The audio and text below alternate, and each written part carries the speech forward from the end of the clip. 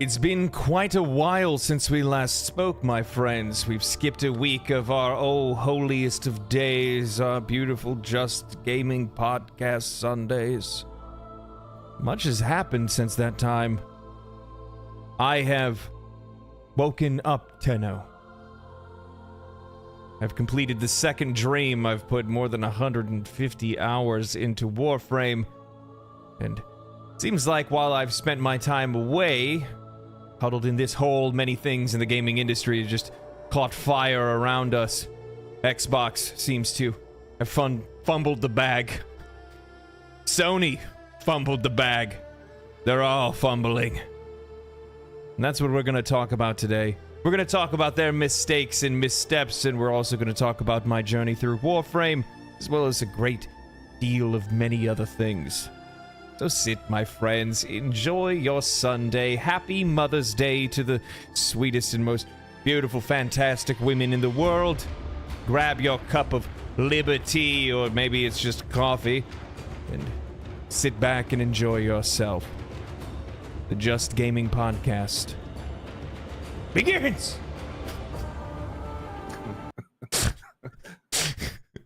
To all the hot moms out there, happy Mother's Day. Yeah. Just the hot ones? Just all moms are hot. Yeah, just the hot ones. Yeah, just the hot ones. Oh, man. Oh, man. All right. So, welcome back to the Just Gaming Podcast. This is our weekly podcast that we do every single Sunday. Not for, vacations and things of that sort or somebody being sick. But, yeah, today is the Just Gaming Podcast. And I am your host, Ian. And joining me today, as always, is my co-host, Mark. Say hello to the people, Mark. Hi, people. If I look terribly tired, it's because I'm gonna have to work nights this next week, which is awesome. But it's also because I've put in 32 hours of Warframe this weekend.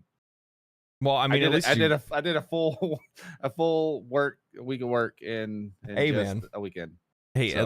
at least you got some work done before you had to go to work. You know what I mean? Right. Yeah, that still blows my mind, the fact that you helped that guy out. Or, I mean, it was obviously you had to, but he goes on paternity leave for 3 weeks? 6 weeks. 6 weeks. He goes on paternity leave for 6 weeks. Yeah. And then you get a couple weeks and he's like, I'm going on vacation. He's now. like, yeah, I'm tired. F this stuff. This is hard. Yeah. Man. Can't say I don't miss it. Half Dead Saint, thank you for the Prime, brother. Appreciate that. Thank you so much. So yeah, that's been that sounds fantastic. Well, I guess I don't really actually have to ask you what you've been playing this week. Yeah, Warframe, and that's been about it. There's nothing else to take up my time. It's all going into that. I'm a little bit more cultured than you, apparently, because I've played a couple. I guess I've played a couple games. I dipped a singular toe into Hades 2. I only played a little bit. I basically played until I died, and I didn't do a second run.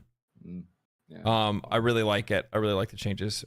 We can probably talk a little bit about that maybe, but yeah. And then I've played, what else? Half Dead Saint, think for the member. He's subbed on Twitch. He's a member on YouTube. He's an absolute G. Dude, I'm telling you, this guy is probably one of the more generous guys. He's actually hopped in on Warframe with me and helped me out with a lot of stuff. Yeah, he gave you Glaive Prime. Dude, the amount of salt that you had and vitriol in your voice when you heard that, you it was great. I'm sitting there talking about how great I think my Zorus is, and you're like, yeah, I got this Glaive Prime, and it's just kind of, it's okay. Jesus. So yeah, I took a little bit of time, played a little bit of Hades, not much, just a little bit. I've also played Animal Well as well. Yeah, that's a kind of a cool little story on that. Yeah, that game. Yeah, that's another really interesting one to be able to kind of discuss as well. And then what else? And then obviously a lot of Warframe. A lot of Warframe. Balatro as well. I mean, you did. That's all you do it. It's gonna try to hide it. I was gonna be like, no. You straight up did. Like I'll be like, I wonder if it's Ian's on, and then he hops on, and I look down in my the corner of my screen, and Steam's like, yeah, Legendary Drops has started Balatro. Oh, it's my breakfast game. Okay, I wake up, I have my coffee, got my breakfast there. I watch a YouTube video and play a little Balatro on the side. I don't need you judging me. Oh, see that? Half Dead says, he goes, you know what? I did say I had an extra glaive, but you said you were too busy. Yeah, well, that's me. That's a good point. That's a good point. All right, fine, whatever. Fine, whatever. So yeah, so that's been kind of my week so far. I've been kind of bro, I already need to go. Bye.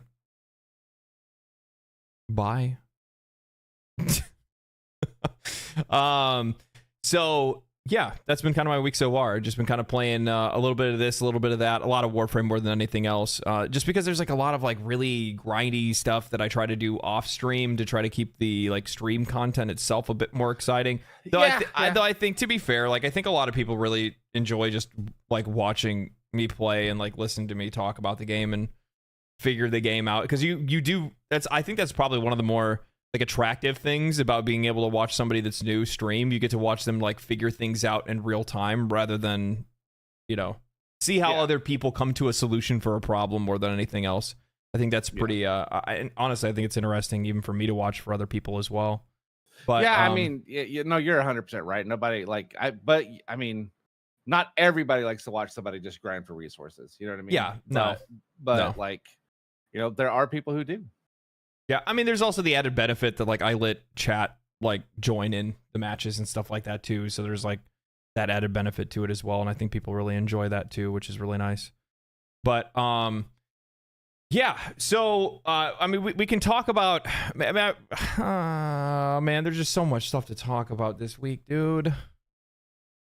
There's so much. Like, well, and like the worst part is that like last weekend, right? I wasn't home because I had my cousin's wedding, so I got a spinal. Mark, thank you. Yeah. I'm cutting my sub. Are you? Yeah, I mean, I started as an early adopter to help my brother out. But you've changed. But I've changed. You've changed. I'm gonna be like like the biggest gatekeeper on you now. Like you guys don't even know what it was like when he first started, and it was all gotcha and stuff. Yeah. Don't bring that up. Don't bring that up.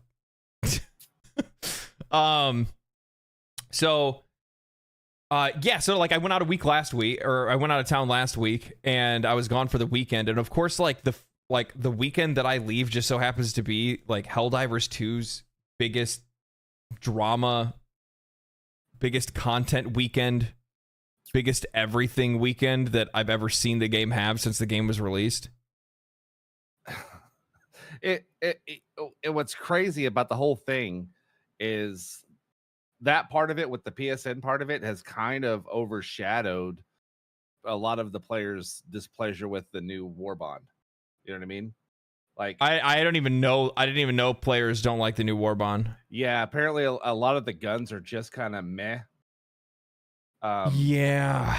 So like it's overshadowed that. That's what's sad is like something that's really not pertain to like what's happening in the game is overshadow it just because like I don't even understand why Sony needs them to have a PSN data. Like it's literally just there for them to show PlayStation Network signups, which then they can show that to their investors and say, look at all these people that we've adopted into the PlayStation ecosystem, which then one gives them the chance to be able to use their data either to sell the data to other companies for money, or two, be able to collect that data and use it to be able to position products for those customers in the future. And also at the same time, there is this other benefit that a lot of people don't really realize, which is like once you've entered into an ecosystem and made an account, you are then on more likely to buy more of their products like in the future. Like statistically speaking, you are more likely to play one of their games, especially if it's something that Juicer podcast time. What's up, Bear?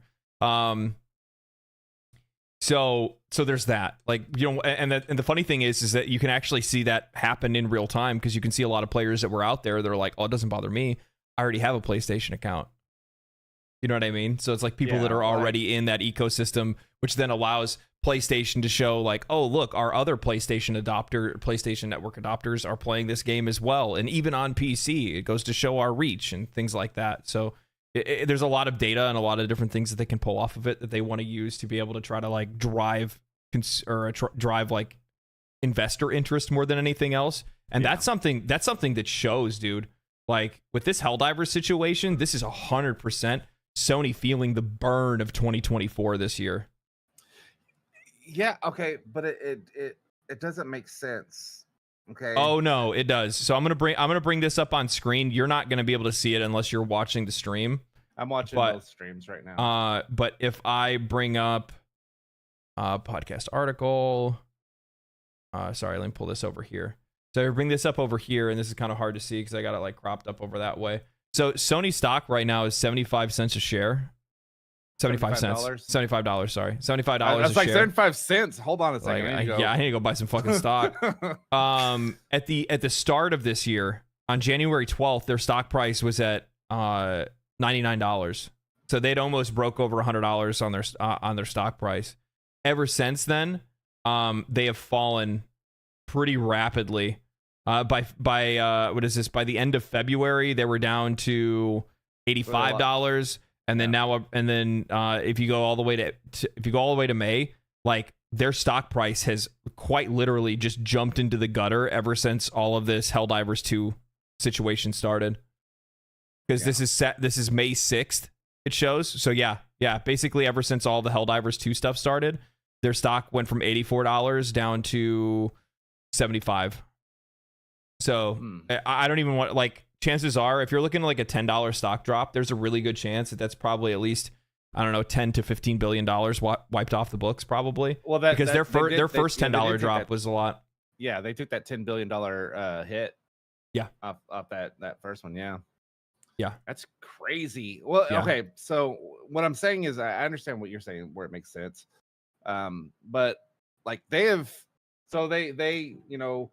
All the Helldivers, they actually Helldived this thing and fought the man for democracy and whatever. Well, they're still like, you can't buy the game in those 170 countries, right? So they took that. Steam's basically taken off the store on PC wise, and apparently, I guess PlayStation, you can't even get a PSN there. So you wouldn't even be able to buy the game. Chances are most of those countries aren't even using PlayStation to begin with, because a lot of the games require an internet connection, and if you can't have a PlayStation account, then you can't probably play the game or even download the game for that matter. Well, check this out. Now Steam has delisted Ghost of Tsushima because of the same PSN requirements to those countries. So they're not even allowing them to buy the game.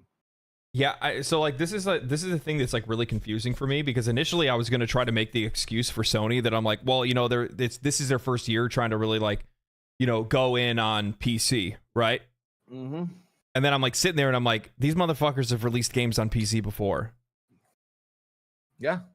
So like I don't understand why all of a sudden they're like, well, wait a minute, what do you mean it's going to hurt our money if we delist the game in 177 countries? What do you mean it's going to hurt our game if we require people to have a PlayStation account to be able to play the game online? Like, the thing is that like players just don't want to have to deal. Players don't have to deal with this shit, but even more so, like when you make it a fucking requirement, dude. And I get it from one of their perspectives, not all of their perspectives, but one of the perspectives they have, which is like, you know, they're doing this under the guise that they can moderate. That's like the whole reason for the Helldivers one, is specifically because it's part of the publishing agreement between Arrowhead Studios and Sony, is that Sony would do the in-game moderation. So all of the ban requests, unban requests, all that kind of stuff. But even still, and they're just trying to make sure that they can collect that data and then manage it through the PlayStation Network rather than have to manage it straight through Arrowhead Studios, which makes a lot of sense because, you know, they would have to use Arrowhead's internal servers to be able to ban people and stuff, and I guarantee that's probably not the best way for them to go about doing it. So, like, I understand, I can see it from a technical perspective, like what they're trying to do, but the problem is that like that does not work in the PC environment. No, it just doesn't work. It doesn't. and it's 100% counterproductive that they are trying to push towards PC. Okay, so they had Nixies make a Ghost of Tsushima PC edition, like the PC port of this game. It's only going to be on PC. This is going to be on PC, and then it blocked itself out of almost 200 countries because they're still holding on to that PSN for multiplayer for a single player game. Yeah, it makes no it's complete brain dead. Yeah, like it's the embodiment of throwing the baby out with the bathwater. Yeah, it's, you know what I mean? Like, and it's one of those smooth brain stuff, bro. I'm just gonna tell you right now, like, I'm having a really hard time. Like, I'm gonna guarantee somebody on Sony's side is gonna end up losing their job for this, because the thing is that, like, initially it looked like, you know, oh, this is a really aggressive play from Sony to try to either capture data or, you know, whatever, maybe it's for investors or whatever. But at the same time, the thing is that, like, now that I'm looking at it, I'm like, this is a massive fumble of the bag for them to not realize, like, just how much, like, not understand the PC audience at all. And I think that's, like, one of the things, because they've stayed away from PC for so long, and they've, like, really tried to stay away from ports for the most part, even though they've had a couple here and there, which by the way, every single time Sony ports a game to PC, it almost always is a blockbuster. Yeah. Like, I mean, Last of Us did well. God of War did well. Spider-Man did well. So, like, they have a lot of games that they put out that do really well, and it's really crazy to me that they've stayed away from it for so long. The port was horrible, but after the port was fixed, the game still sold really well. There were a lot of people that still wanted to play the game regardless. But, like, porting issues aside, the thing is that, like, people want PlayStation games on PC. Mm-hmm. People are not going to buy a PlayStation to play a PlayStation game, but they want them on PC. And it's just crazy to me that, like, they haven't done their market research to understand, like, what you can and can't do in the PC space. And I think that's one of those things where it's like they just don't understand exactly how this audience works. And also at the exact same time, they don't understand just how, like, temperamental the PC audience is. Like, console audiences, I'll be honest with you guys, console players are really going to hate me saying this. You guys are the easiest people to push around. Yeah, because you're locked into that system. Because you're locked. You can't do shit. What are you gonna do? Go to like, if you're on PC and if you're on Xbox and Xbox is fucking you, what are you gonna do? Go to PlayStation? Well, PlayStation's gonna do the exact same thing to you, just in a different way. Yeah, PC doesn't put up with that kind of shit for the most part. Like, they'll revolt on that shit pretty quickly. So, and I'm not saying that, like, the PC audience is, like, all banded together or anything like that, but it's much more difficult for Xbox and Sony to pull the same kind of shit they do with their console audiences on PC audiences. Yeah, no, for sure, because like PC is it's more of a open ecosystem. Like, which is so weird, is a lot of the console. Actually, I wouldn't even say console. I'm going to say just the PlayStation fanboys, the loud minority. Are, you know, they would take shots during this whole time. Would be like, well, what's going to happen to PC when, you know, Gabe retires? Because Steam's a store. I can get the games from a lot of different stores. Don't get me wrong; it's one of the best stores. It is the best store. I mean, I like GOG. But like I'm saying, I like GOG fundamentally. Like, I like good old games fundamentally because of, like, what they stand for. But I mean, Steam is just the king, right? I mean, yeah. Like, 90% of people's libraries are probably on Steam. So yeah. How does PSN and Xbox handle reviews on their platforms? I don't think they even give a shit, because people don't even fucking look at them. Yeah, if you look at, like, so if you get on a PC Game Pass, and you go through and you look at the reviews on there, they're either don't have any, or if they do, it's generally like 3 or 4, and they're usually negative about how it doesn't work very well on there. Yeah, the console audience doesn't have the same kind of, like, reviewing. Man, they just don't handle reviews the same way as like Steam does, right? Like, Steam reviews is very much a part of, like, the PC community, the ecosystem. It's something that it's part of how these games sell. And the thing is that, like, the people that are on Steam that play Steam games know that. And if they're not happy with the way that a game is, 50 is that 50 euro? Get a for a special day. Thank you, man. Thank you. It is my birthday. His birthday. It's his birthday, guys. It is a special day. He's 40 today, everyone. Shut the fuck up. So it's one of those things where like PC players understand. They look at they look at the Steam page and they realize that they do have the power to be able to shape whether or not a game actually sells well or doesn't sell well. And they will go on there and they will advocate for people to buy something or not buy something. You know what I mean? It's one of those situations where players like, dude, I'm like trying to think of the best way to be able to put this, but it's one of those things where it's like, it's one of the very few instances we have where without having like a YouTube platform or something like that, where like, you know how there's games that you absolutely love and you want everybody to play it. People on Steam voice that shit and it works. And then more people play the game as a result. You know what I mean? It's just what happens. Yeah. So like what's crazy is so when we've talked about consoles for the last couple of weeks about how the console market's slow and everything, you know, that's what's with all these layoffs, blah, blah, blah. Helldivers 2 is Sony's, and I even looked it up. It's from Circa. Okay. Fuck up. Why did you have to say 40th birthday? Now literally everybody in chat thinks I'm fucking 40 years old. Hey, there is nothing wrong with that. Are you age shaming? You son of a bitch. Oh my god. Now you're going to pull that age shaming? I am a protected class, sir. Yeah, you need to be fucking protected in a goddamn padded room. Yeah. So anyway, Getty, thank you for the incredibly generous super chat, man. I appreciate that. And also Half Dead Saint, thank you for the $10, man. Incredibly generous. Thank you guys. Thank you so much. I appreciate it. Okay, so and I'm not 40. He is so 40. You look great. Like, you look great for your age. Shut the fuck. He dude, I'm telling you, he who denieth too much. Just saying. Anyway, so with console sales being slow and everything, Helldivers 2 has ended up so far where it's at right now of being the 7th highest grossing Sony published game. Think about that. I brought that up, and then a bunch of people told me that I was wrong and that it's not, and it's only on PC that it's done that well.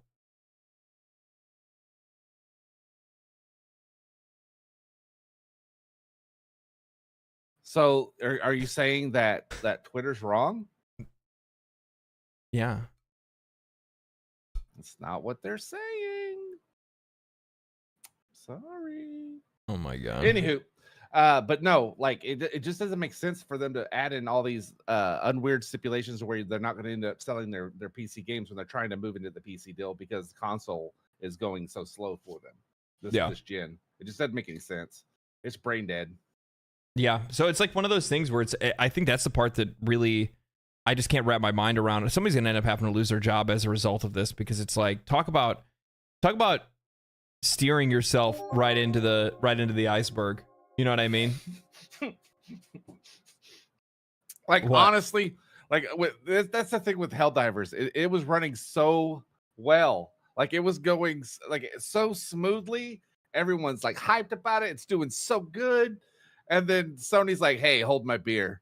They straight up just sucked all the air out of the room. Like, and I the funny thing is that like when you're talking about a game that is like so widely championed as, you know, such a great live service game, such a great value for $40, only $40 to play this game, which means far more people have access to playing it because obviously, you know, with like regional pricing and stuff like that, it just ends up being a much more affordable game, much more accessible to so many more people. Everybody's loving it. Everybody's having a good time. The community's going wild. They're making memes, and it brings this really strong, and it's also a very like strong community game to begin with because that's the only way it can actually survive, right? And I'm like, I'm sitting there and I'm like, man, there's just no way that you could fuck this up. But wait, there's more. And I'm just like, man, holy. I'm like, and the funny thing is it's not even anything that necessarily. It's not even funny. It's not even happy 40th birthday. Have a half a microtransactions. Thank you for the 20 quid. 20 pounds. Thank you, man. Jesus, dude. It's like, That's hilarious. I don't even know what to say. Like, it's just one of those things where it's just like, how do you, like, it would be like if Larian Studios last year was like, hey guys, I know you guys really love this game. I know you guys have been digging it so hard. I know you guys have been absolutely loving it. So we're going to be coming out with DLC, but check it out. Every hour that you play the DLC is going to cost you $15. And also, we're selling the rest of our majority stock to Embracer Group. And it's just like, huh? You know what I mean? So it's just, I don't know, man. It's just wild. It's just crazy to see, like, you had such a good thing going. And the worst part is like, I hate to say this about Helldivers because I absolutely fucking love the game. And I love what Arrowhead Studio has been doing. But something like this, regardless of it being walked back, obviously the 177 countries still stands. Yeah, They're still blocked. They're still blocked. They can't buy the game. The people that bought it can still play it, but the people that, you know, haven't bought it yet can't. And it's just like you're like, it's just such a weird thing to do. You have people in other countries that want to buy your game, and I'm not really seeing the negative in you being allowing them to be able to buy it in the first place, other than you wanting to be able to have more control over data and other things like that. And it's just like, there's just so much more money you could be making, and then these companies sit back and go, oh, you guys don't understand. Video games are just so expensive to make anymore. We need to raise the price. The industry is shrinking. Less people are buying games. Yes, less people are buying games because you're not fucking letting them buy them. Oh, it just like the whole thing, even because I'm like super hyped. Ghost of Tsushima is probably my favorite PlayStation game, period. Yeah. And so I'm super hyped for the Nixies port because they do a really good job on their ports. And now I'm just like I'm still gonna buy it. I'm not gonna like boycott or anything, but I'm just like, now there are 100 and like I think it's almost 200. I think it's almost 200 countries that aren't even going to be able to buy it on PC. Well, I say that, I take that back. No, they won't be able to buy it on PC because they still fall into that PSN. They can't do a PSN account. It like that to me is so asinine that you would do a single player game like that for no reason, just for like a offshoot multiplayer. Well, no, it makes no sense. It would be like Capcom doing the exact same thing and blocking it in countries because you can't play. I forgot what the PvP mode for. There's like is it Resident Evil Versus or something like that? You know what I mean? It's like barely anybody ever fucking plays this. Nobody has any interest in playing it in the first place. It's just like, yeah, sorry, you can't play this game. It's just, I don't know, man. It's just one of those things where it's like, part of me absolutely loves to see them shoot themselves in the foot because they absolutely fucking deserve it. And ultimately what this does is that the longer that they, the longer that they do, or the more often they do things like this, what ends up happening is that they continue to lose money, which sucks because that means that they're going to end up having to lay off workers. But it also ends up meaning that the industry is going to start healing because they're going to have to start making better decisions to make sure they can go back to making money. It's crazy. It's a vicious cycle. It's a vicious cycle. And to be honest with you, if it wasn't for Xbox, Sony would still be in the news on this shit. But no, Xbox is like, hey, y'all effed up. We're in the clear. Hold on. I got something for you. It's just crazy. This has been a crazy week. Crazy 2 weeks, I should say. Well, you ever notice that like layoffs always follow other layoff announcements? Like they just wait for somebody else to jump off the bridge first, and they're like, "Yeah, now it's us." they're trying to slide it in real quick, like, "Oh, yeah," and then walk off. Yeah. Be like, I wouldn't be surprised to see like Sony shuts down studios, and then all of a sudden, and it's like it was Xbox. Xbox shut down those studios. Weren't those Xbox studios?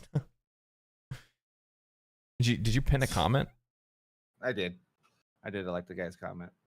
Oh.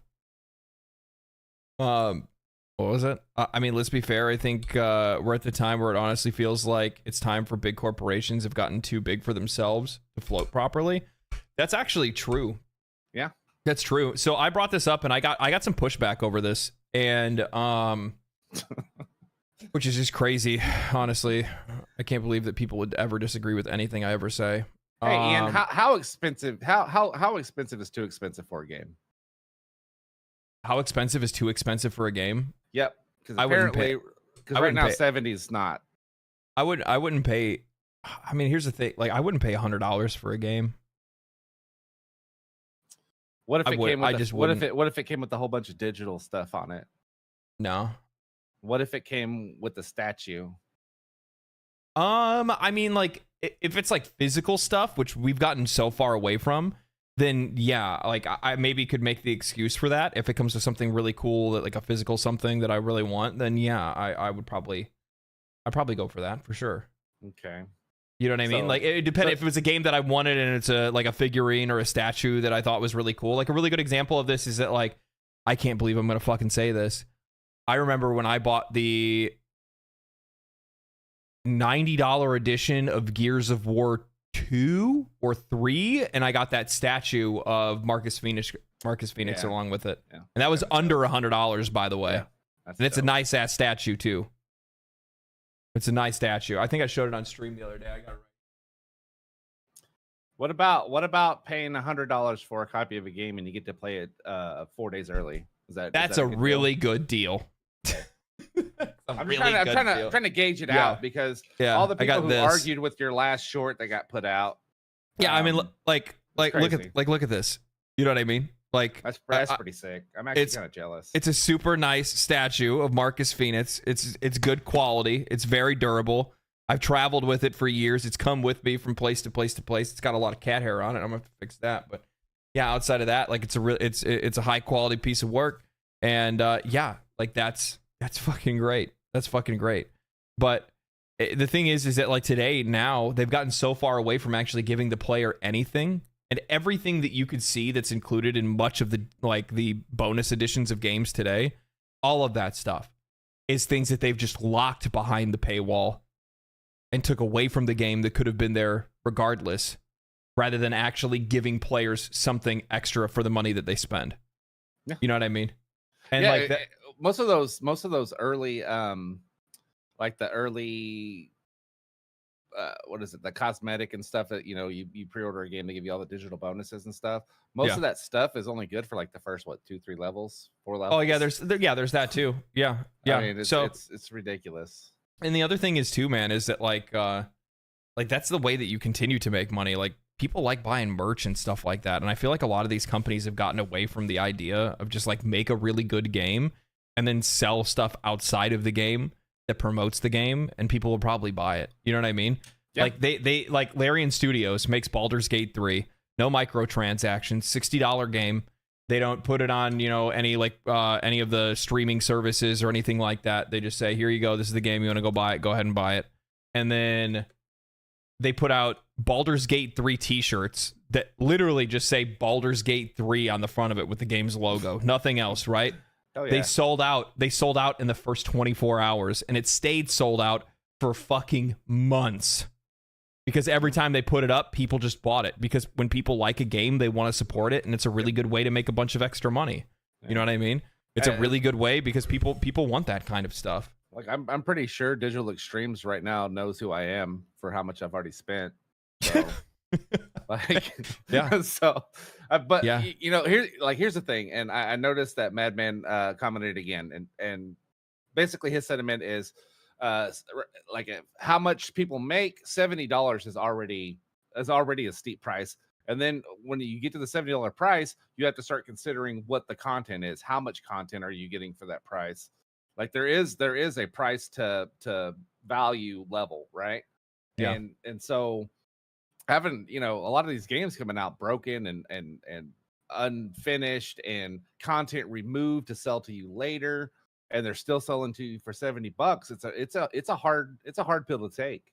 It's pretty rough. So here's the whole thing, man. So, like, we've been hearing this line get towed for a long time now, especially like over the last couple of months, which makes a lot of sense because, like, remember, like, the funny thing is, like, people were surprised that Xbox laid off more workers. Do you guys not remember that just a month ago or just a few weeks ago, Phil Spencer had that interview where he came out and said that he doesn't have the luxury of running a non-profitable.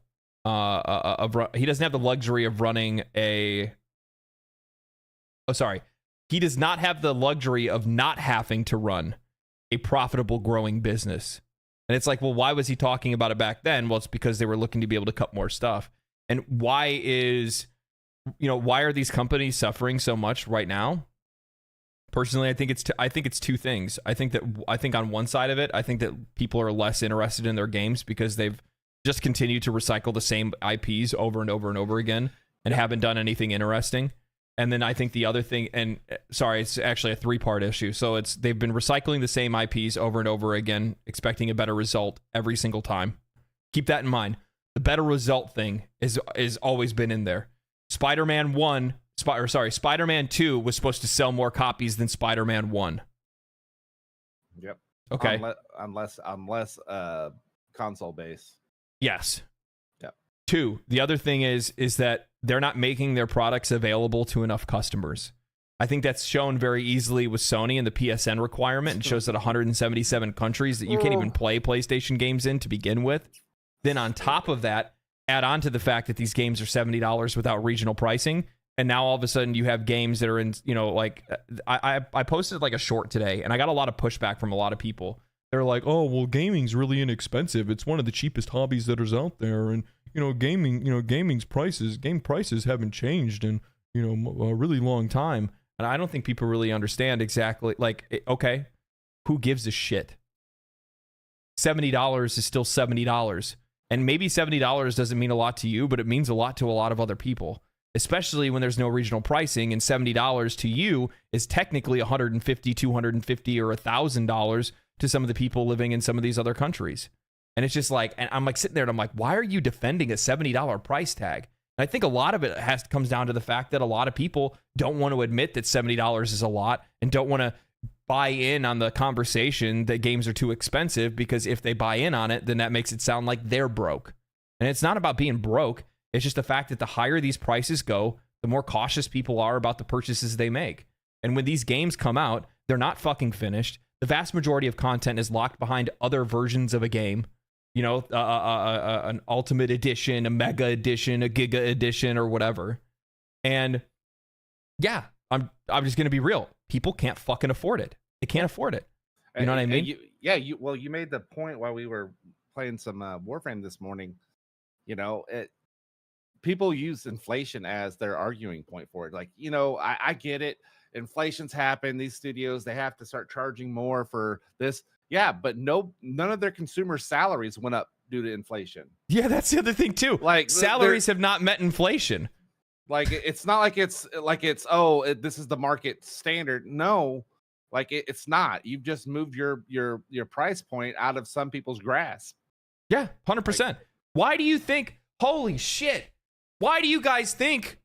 Like, you want to know the best case in point argument for anybody talking about how games aren't too expensive and how people aren't being basically priced outside of the range of these games? It's not within reach for them to be able to purchase multiple games. Like, they'll still buy games. I'm not saying they're not. They're just not buying as many of them anymore because they can't do it, and because of the price tag, they have to think far longer about that purchase before they make it, because they don't fucking trust these companies, because they don't actually release products that are well made, that are finished, that are that have their amount of content that's necessary for the person to be able to justify spending $70. You want to know what the proof in the pudding is?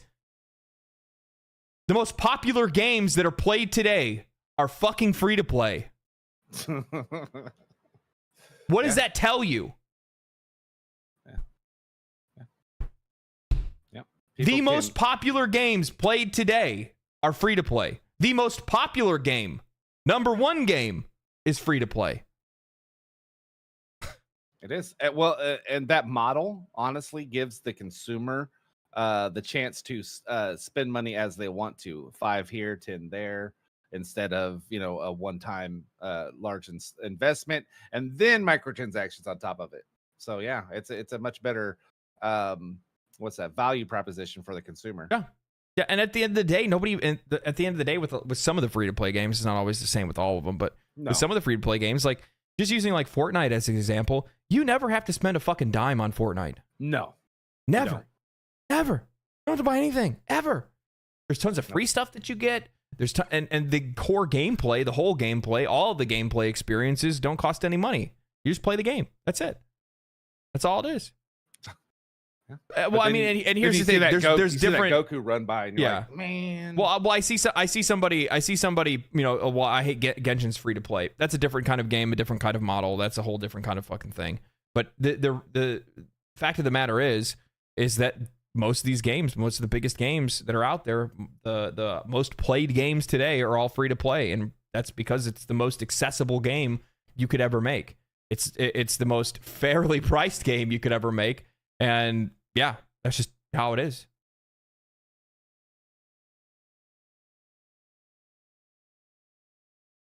What are you doing? I'm sorry, I was reading the Twitch. I had to pin something real quick.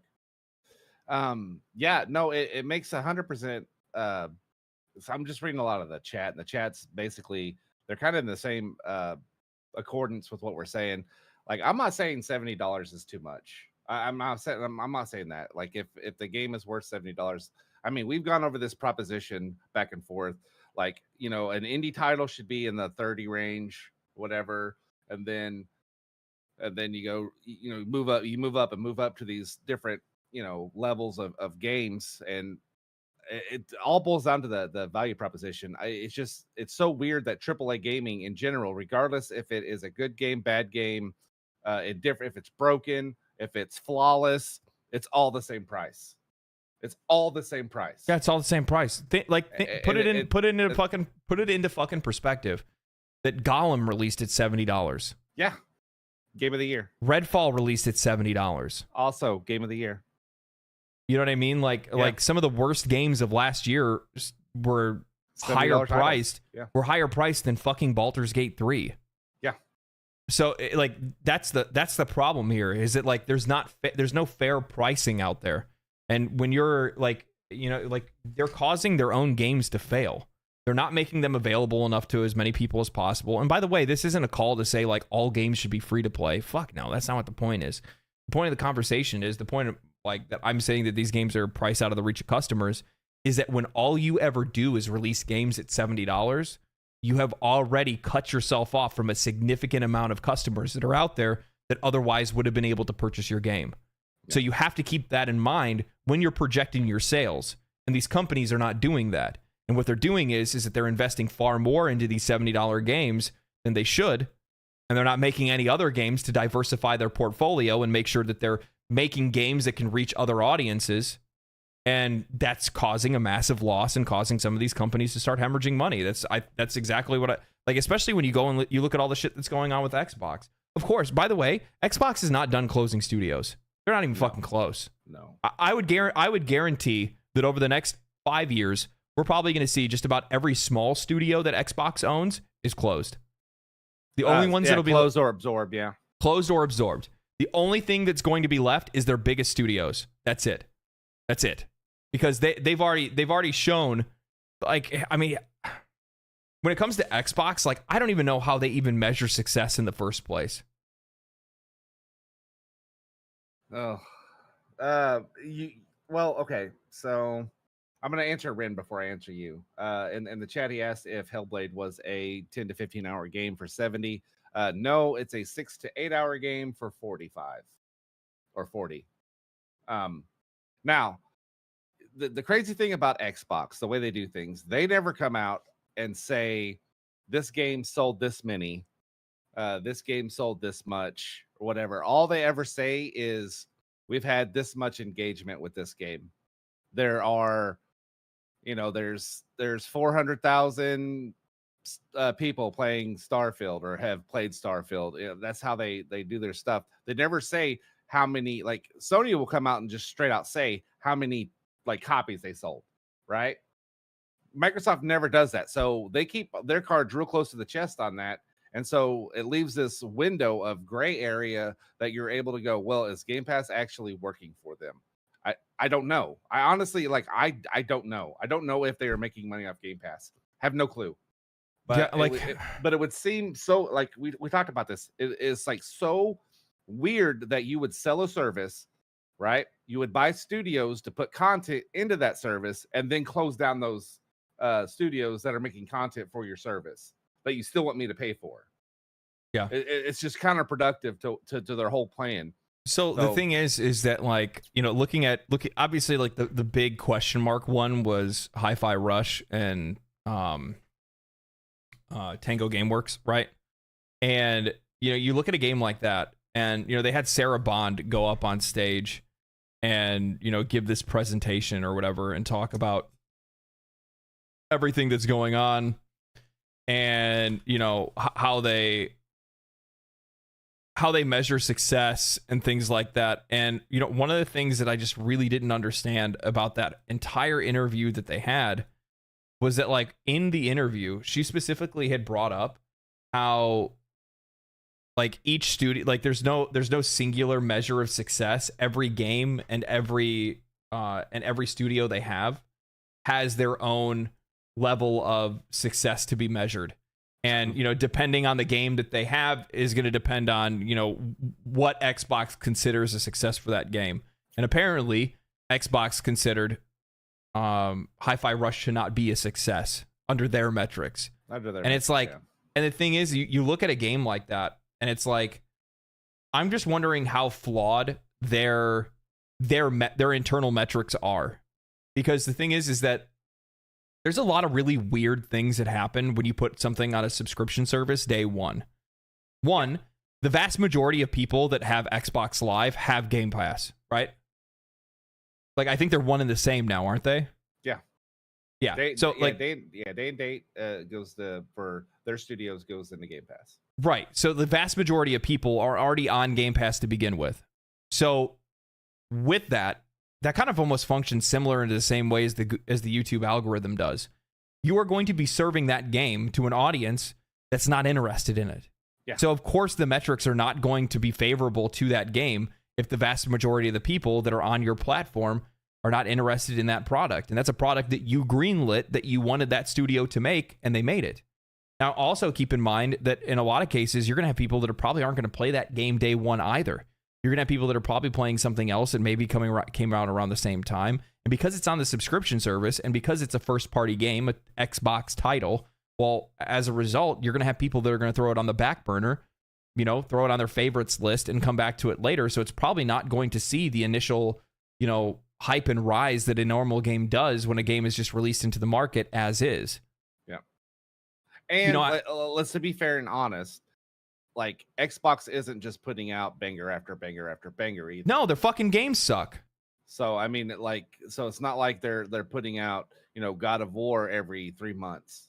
They're just not. No. A lot of the games that they have just don't meet the expectations of the people that are on Xbox, or meet the expectations of people that are outside of the Xbox ecosystem. Like that's the whole thing. Like, keep this in mind, that the vast majority of games that Xbox releases are not games that interest a whole lot of people. No. And like, I've had a lot of people be like, oh, well, you know, like, because we're talking about Xbox games, they're like, oh, well, what about Forza? Man, how many people here play Forza? Show of hands. Yeah, I like, and I'm not saying that Forza is not a good game, and I'm not saying that there isn't a bunch of people that do play it, but compared to, you know, some of the other games that come out every single year, if you're looking at the vast majority of games that people are playing, the most popular games that are selling every year, it's not racing games.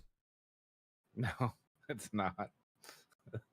It's not racing games. So it's like, I don't doubt that it's a good game, and I know it is, actually, because I played it with myself. My nephew loves the game. But it's one of those things where it's like, think about this stuff and compare it to, like, the rest of the industry. Look at the hottest games that sell every single year. None of them are racing games. Hell, most of them aren't even sports games anymore. Yeah. I mean, yeah, not that those don't sell, they sell, but just, yeah, like FC24 has been on sale for like $10 for like a couple months now. Yeah. So I mean, it's just kind of crazy. With Hi-Fi Rush, I'm going to answer someone in the chat. Yes, it was one of Xbox's largest games last year. Hands down, it just was, which is super weird because it was, if you remember, initially it was a shadow drop during showcase. They didn't even advertise it. It had no advertising. But like, I'm not defending, which I'm seeing a lot of people defending Xbox, not in our chat, but just online. But there's a lot of stuff in the background that obviously nobody knows. Like all your Xbox insiders. I'm gonna do this. They don't truly know. The creator, the founder of Tango, left the studio a year ago. Almost all the people that had made Hi-Fi Rush left the studio already before they closed the studio down. And on top of that, Microsoft hasn't proven that they can even control their own studios, regardless on, you know, trying to do all these other studios. So like, it's just mismanagement all the way around. Well, yeah, especially with Arcane Austin. Like, well, it's just mismanagement. But like here's the thing. That wasn't even, from what I understand, that wasn't even a game that Arcane Austin even wanted to make. That was something that was pushed on them from ZeniMax. Yeah. So 100%. Because ZeniMax wanted to make a move into live service, because every other company that's out there wants to make a fucking live service game nowadays. Yeah. Well, when you're talking online, makes them a lot of money. It makes them a lot of money. I'm sure it does. But that doesn't mean that every single studio you have is equipped to be able to make a successful live service game, or even make a decent live service game. Fuck, even a playable one. You know what I mean? Because like, you're taking a company that was basically making, you know, sim games. You know what I mean? Simulator games and you know, immersive sims. That's what it was. And now you're telling them to go make a fucking live service looter shooter. Like, what did you expect them to do? What did you expect them to make? You got what you got what I would have expected out of that situation. Well, Microsoft's, you know what I mean? Microsoft's got the Horizon devs making Fable. Yeah, I mean, that makes I wonder sense. how that one's gonna turn out, guys. Yeah. I wonder how that one's going to turn out, guys. The guys that have been working on racing games for the last decade are now making the next Fable game. I'm sure that's going to I'm sure it's going to be absolutely fantastic. I'm sure it's going to be a blockbuster. Jesus Christ. And the funny thing is that, you know, they talk about, like, Sarah Bond was bringing up how she's like, oh, there's different measurements of success for every studio. What are the measurements of success for 343? I'm really curious. I'm really curious for that. At 343, the bar is like so low it doesn't matter. Yeah, they don't they think that Halo can't die. Maybe the people working at 343 don't even have, like, they don't even get paid. It's just all unpaid interns working on Halo games. Yeah. So speaking of where you said where you didn't feel that it was over, I did pull an excerpt from Bloomberg. As reported by Bloomberg, Xbox began offering voluntary severance agreements to producers, quality assurance testers, and other staff at ZeniMax. This week, this is a new article that came out yesterday. So this is after they already closed down the other studios. Mm-hmm. Others across the Xbox organization have been told that more cuts are on the way. So it's still an ongoing process. I think they bought too much too quick, and now they're trying to trim it down to make it the most efficient for like Microsoft is. I wouldn't say so much Xbox, but Microsoft is. Yeah. So here's the deal with that. No shit. Like, I mean, I could have seen that coming from a mile away. I think at the end of the day, when I look to see like what Xbox has been doing and what's been going on over there, like, one of the things that I think a lot of people kind of glossed over before is that Xbox's earning report that they did for first quarter of 2024 showed that Xbox profits were up 61%. 60% of it being Activision Blizzard King. Yeah. Which means without that purchase, 1%. they would have had a 1% increase in profit over the last quarter. Which makes sense if you look at it like the last couple of years before the acquisition, like 3 to 4 would be what they normally do. Yeah. Because I mean, if you think about it, like, look at like there's a lot of different things that are at play here. I think that I think from an investor standpoint, what the biggest problem for these companies is that they saw such a massive boom during COVID because everybody was locked inside, everybody was buying video games. You couldn't even keep the consoles on the shelves. You couldn't keep PC parts on the shelves. Everybody was building a PC. Everybody was playing games. Everybody was staying at home. So they had to find some way to be able to sink some time. And the thing is that they didn't do a good job at being able to hold on to that growth. And there really wasn't any way for them to be able to. They tried to by just buying up companies and you know, stuffing more cooks into the kitchen. But I think what a lot of these companies fail to realize is that, like, no matter how many developers you throw at a problem, like, it still takes time. It still takes time for it to cook. Yeah. You know what I mean? 100%. And like what we were talking about before we came on, I feel, and I don't think I'm wrong, but I feel like just the demand for games has just gotten so high. Like we are consuming games at a like crazy rate comparative to what we used to.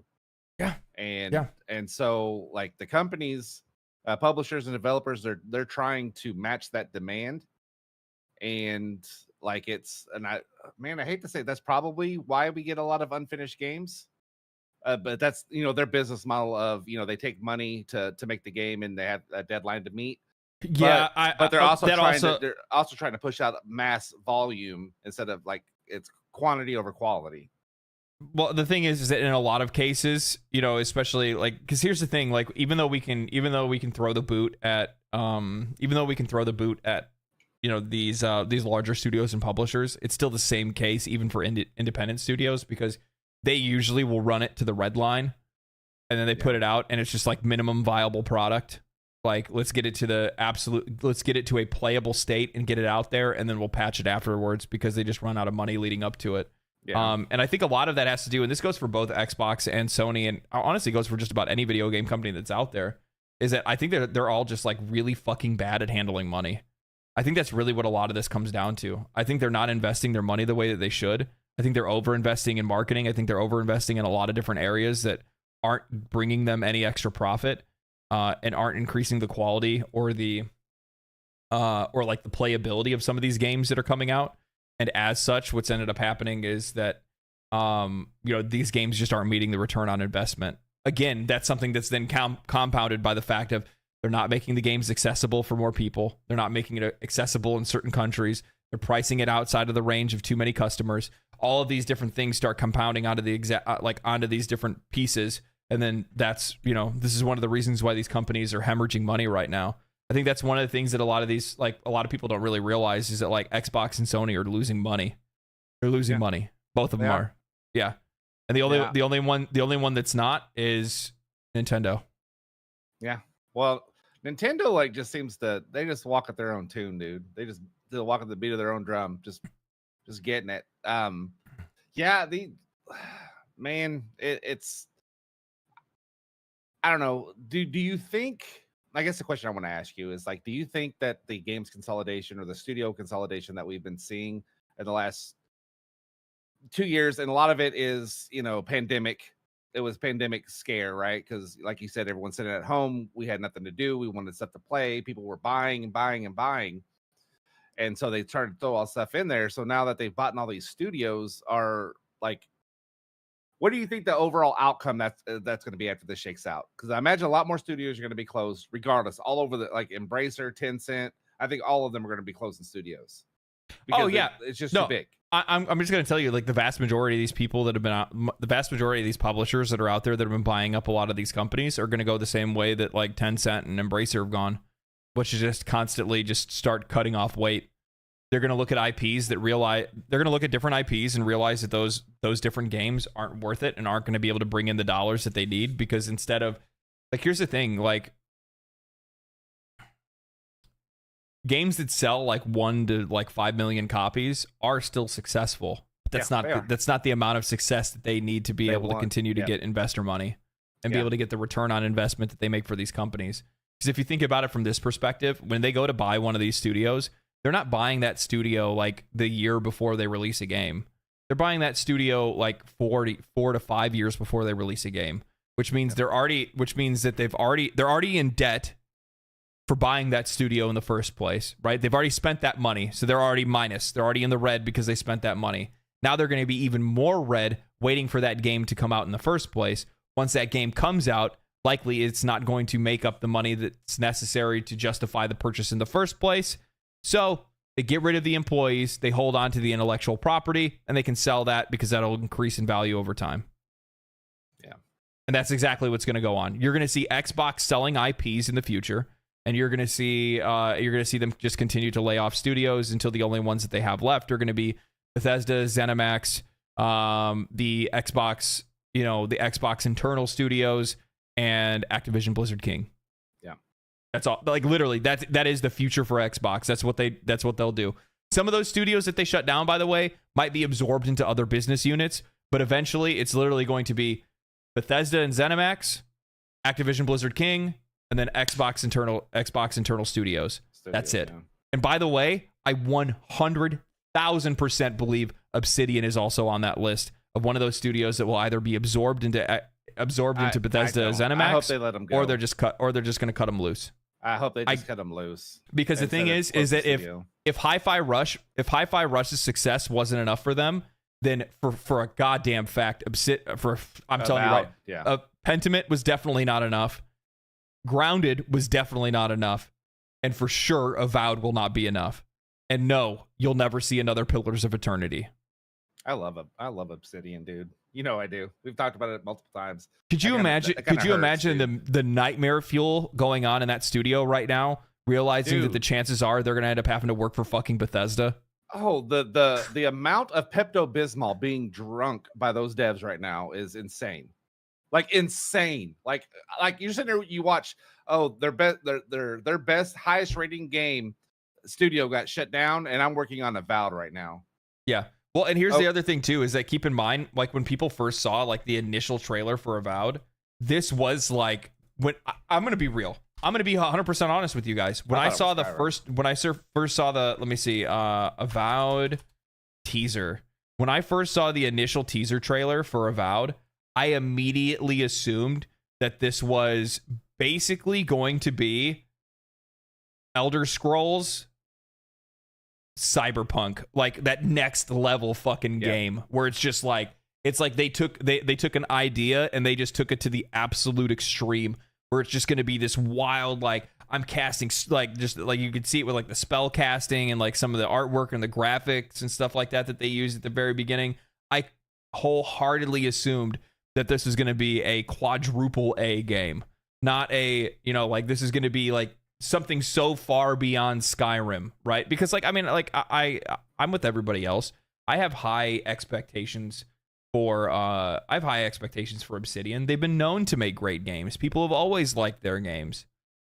But what's going to be delivered is not going to be Skyrim times 100.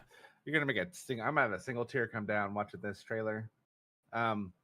It's like I love Obsidian, and the problem with Microsoft's management, Microsoft's game studios management, I'm not even talking about Microsoft proper, is they are way too hands off, and they've been way too hands off. Almost every project that they have running outside of whatever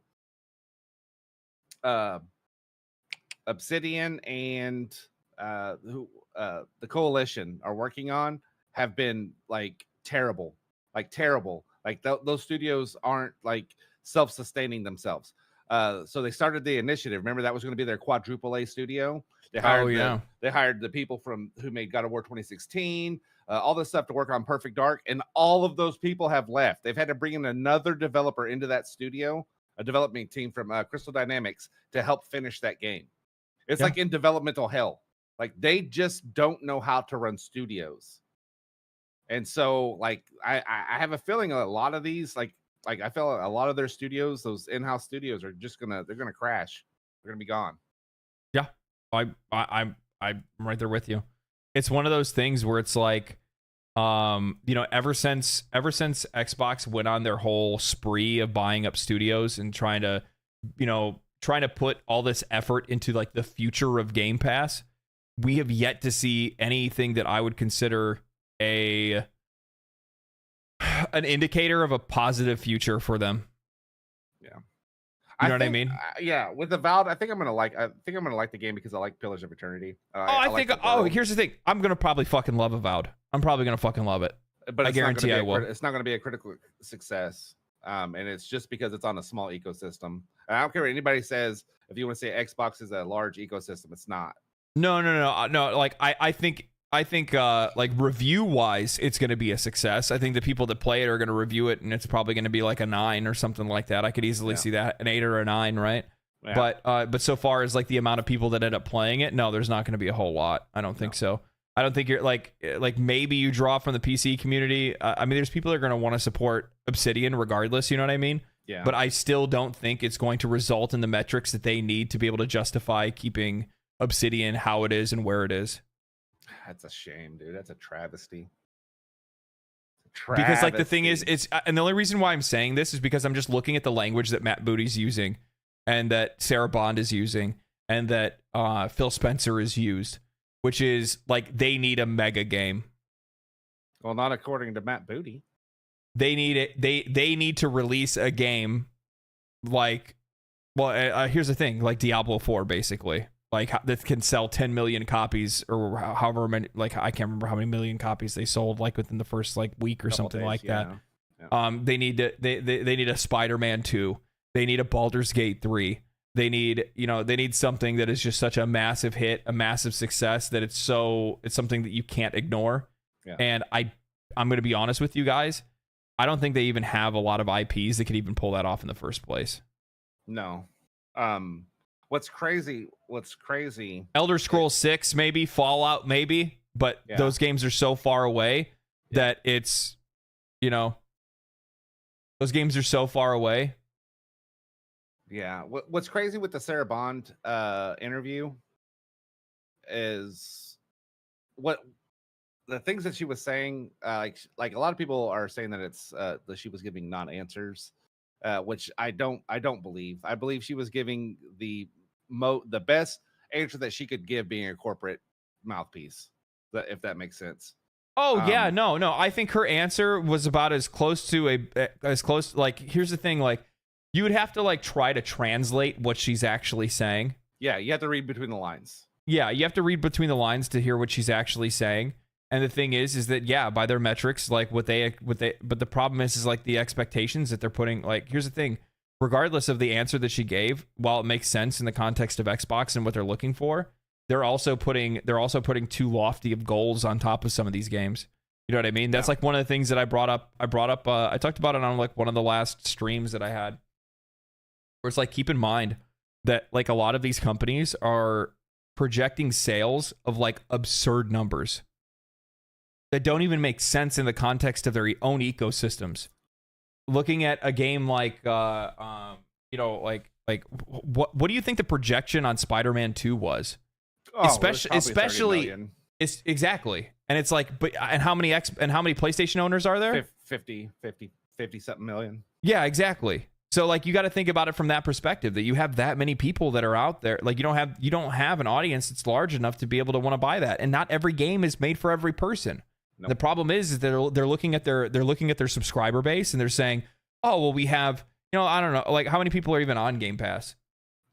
Like 25 million or something like that. Yeah, they won't say, but they estimated around 25 million. Yeah, okay. So let's say 25 million people that are on Game Pass. How many of those 25 million people do you think are going to want to play Avowed? Probably, I'd say 2 to 3 million.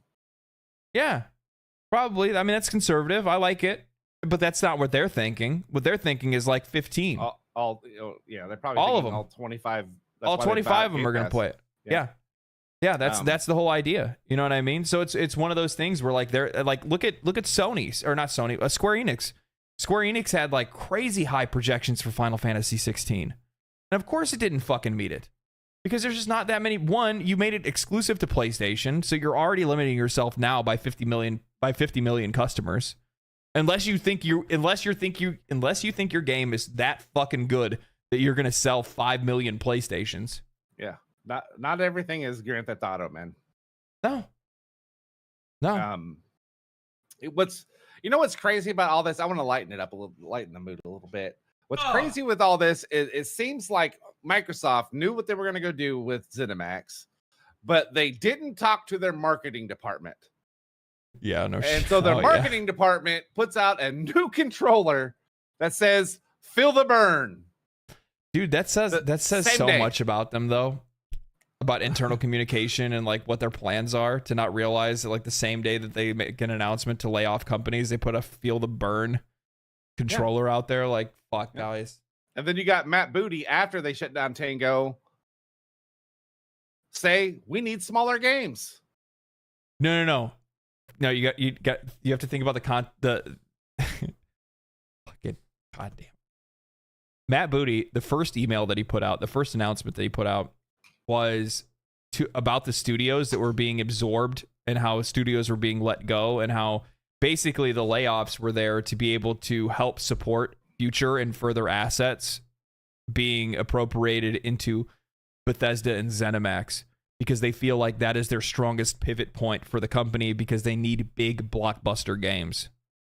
Then, a day later, he posts another announcement or another newsletter or whatever he posted, saying that they need to have that they need to be making smaller games that win awards and all this. It's just like that did. What? Yeah, it's like, what do you want, dude? Like, first you're saying you want big games. Now all of a sudden the next day you say you want small games that win awards. Like, I just like, I don't think they know what they want, to be honest with you. I don't think they know what they're doing, and I think that makes a lot of sense that they wouldn't, because Game Pass is still like from my perspective, Game Pass is still in its infancy. Yeah, as a product. Form yet. Yeah, as a product. No, and by the way, I know what Game Pass's final form is going to look like. You want me to tell you guys? Game Pass's final form looks like this. So you can have access to games that are a year or 2 years old for $15 a month. You can have week first access for these games right here, and that's going to be $25 to $35 a month.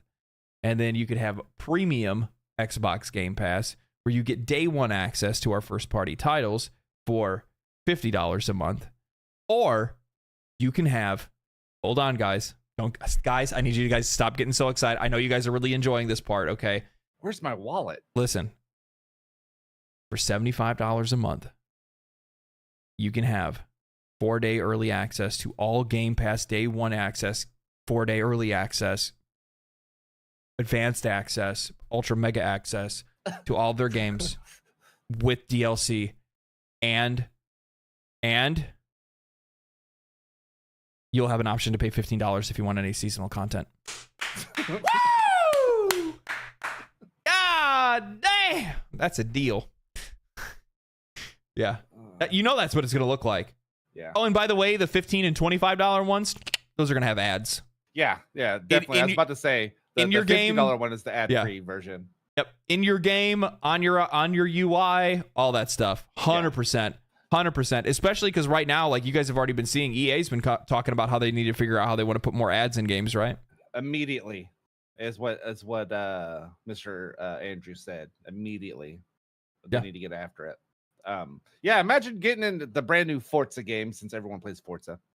You get in your brand new car that you just purchased, and you pick your paint job, everything's good to go. You start the race, and then on the top of your car, you start seeing just in that square circle, or that square, you're going to see an ad for Netflix show or HBO Max or, Coca-Cola. You're just going to automatically add the decals to your car as an ad. That's pretty smart. I think they should do that. That's pretty smart. I think I just came up with something pretty good. That's pretty good. Too busy racing. Yeah. Pay attention. Yeah. So, I mean, like, and here's the thing, like, I mean, obviously I'm on YouTube, so I realize how much like money like sponsors pay and advertising pays. There's so much money in advertising that's out there, and these gaming companies want to tap into that shit. Yep. They've already been getting a little bit, over the years with some of their games, but now it's going to get to the point where they're going to be like, you know what? Fuck the bullshit. Yep. Who cares about us trying to we're not doing this. We're not fucking dancing around it anymore, okay? We need to make some real fucking money. So instead of us doing this like, here's this non-intrusive, McDonald's ad on a billboard inside of a racing game. No, instead, you're going to fire that game up. It's going to pop up the EA logo. It's going to pop up the studio that made it. And then it's going to play a 5-second ad about some McDonald's hamburgers. And then you're going to be able to load the game. And then if you have not signed up for our service, well, then every 15 to 30 minutes of gameplay, we're going to play you guys an ad. They're going to treat it just like mobile games. Yep. They're going to treat it just like mobile games, even for games that you're going to pay premium prices for. You're going to pay $60, $70, $80 for a game. And they're still going to put the ads in there regardless. Yep, I have a Roku TV in my bed in the bedroom that my wife uses quite frequently, and she likes to get up, pause it to go do something, and come back. I've noticed that Roku has added pause screen advertisements. Hell yeah, baby. Optimizing that shit. Dude, that is straight min-maxing the Hell F yeah. TV. Dude, just where else can we put ads? Do you know what the best pause screen ads? I go in there and it's like Arby's. I'm like, what the hell is going on? Do you know what I would do? I'm gonna start a toilet company. Okay, electronic toilet company, and that motherfucker, every time you sit down, it's gonna play an ad. You are fucking locked in. You're not going anywhere. You're not going anywhere. You're not going anywhere. You're just gonna hope that you ate Taco Bell that day, so you're in and out. Yeah, free toilets. It's gonna be called free toilets. I'm gonna give away free toilets. Okay, I'm gonna start a toilet company. It's gonna be called Free Toilets. It's gonna come with a bidet. It's gonna come with a blow dryer, and it's gonna come with ads, and a fucking whole lot of them. A whole lot of them. If you try to get up too early, it's going to have straps that come out and grab you fucking by your ankles. No, I take that back. If you try to get up early, the toilet automatically splashes you. No, you have like when you sit down, it's like a roller coaster. It just puts a lap belt over you, and you have to sit there and ride it out. It just drops down on you. Jesus Christ. Oh, Sarah Bond. Anyway, back to what I was saying. The only problem that I had with her interview was I feel the talk about Arcane Austin was straight bullshit. When they said that they closed that studio and it had nothing to do with the performance of Redfall, is straight horse shit. Now, had that game been like hyper successful, so let's say, you know, I rubbed a genie lamp and I got a wish, and Redfall actually was a good game, okay, and it was this great game, they would not have shut down that studio. It's just straight horse shit. So that's the only part about her deal that I had an issue with. With Alana Pierce, they were talking about? No, not Alana Pierce. With Sarah Bond, she said that there were the decisions for the Tango and Arcane weren't based on performance. Is what she said. Wasn't based on the performance of the games. Okay, that's bullshit. It's bullshit. Yeah, that's actually bullshit. Yeah. That's just straight up fucking lie. So anyway, moving on. Let's talk about something a little bit more positive, and something that I'm finding relatively intriguing, actually, is that so over the week, there was a game that was released that was called Animal Well. Now, this game is, this game is one of those stories, man. It's one of those stories. One guy developed it over 7 years. People are playing it. They're absolutely fucking loving it. It's filled with puzzles. It's a platformer, kind of Metroidvania-esque, because you find powers and stuff like that. It's got really cool visuals, really cool music and stuff. Very unique, very cool game. Sells a lot of copies. I think in its first week, it was the number 2 sold game on Steam. I played it. I put about, I didn't play it for too long. I only put about an hour or more into it or something like that. I had a lot of fun with it. I think it's really cool. I'm going to play more of it. It's no direction whatsoever. You have to figure things out on your own, and chances are you might find more ways to solve a puzzle than other people might. But what's really cool about this game, or very interesting from my perspective, is that the game was published by Big Mode Games. Big Mode Games is a new publisher, new game publishing company that was founded by Video Game Donkey, the YouTuber. And I started to think about this a little bit, and we're kind of coming into this era now where, like, Donkey's not the only one. No. Asmongold and OTK own Mad Mushroom. I'm pretty sure Co-Carnage also works with or has his own publishing company as well, or works for a studio or has his own studio. Bellular Gaming have their own studio and a game of their own that they self-published and released, right? You're seeing more creators get into these games, and as a result, I don't know what this means, but I'm sitting here and I'm seeing it, and I'm seeing these people move into it. And the thing is that usually when you see a lot of this like creator stuff that's going on, like where creators are getting involved in certain industries, like 99 times out of 10, it ends up being more of a ripoff or a way for them to make money than it is for anything else. Yeah. And I don't think that's what this is going to be. I think this is actually going to be something better. And I think it's actually something that could potentially really threaten a lot of the other publishing companies that are in the industry because, one, it has organic and completely free promotion. Yep. Right? And this is organic and completely free promotion by some of the biggest creators that are in the industry, right? Like Donkey's video about Animal Well got like 1.5 million views. That's a lot of people. It's a lot of people. Didn't cost a fucking dime. Nope. And he made money on it. And he made money on it. Yeah, and he made money on it. Don't forget that too. He made the ad revenue off of making a video about his publishing company's video game. Right? So like that's huge. On top of that, the other thing is that you have, you know, folks like Asmongold basically doing the exact same thing, but even more so, what I find the most interesting about all of this is that like these guys are dialed into an audience far more than a lot of these publishing companies are. You know what I mean? Yeah, 100%. Like they understand what they want more. Well, they're more in. Here's what's crazy: is creators are more in tune with the community than developers are. They just are. Like it's crazy, and like this movement of moving to games that aren't at the these big multi-billion-dollar conglomerate games to make is starting to come to light, and people are realizing that not every game has to be Grand Theft Auto. It can be a small game like this, and people are going to enjoy it. Like people just want to play good games, regardless of like the size and scope of what they put into it. And it's just like, I just think it's awesome. I think it's the fact that creators are doing it. I'm curious to see what OTK's ends up being like, what their whole scheme will end up being like. So like they already have like one game, which is kind of like a live service game that reminds me a little bit of like Fall Guys. I don't know how well it went off, or like how, like whether or not it got, any like following or anything like that. One of their games that I am actually interested in is Atomic Picnic, is what it's called. Yeah. And it's kind of like a co-op. Hey, that's the one I wanted to. I think I talked about that. Yeah.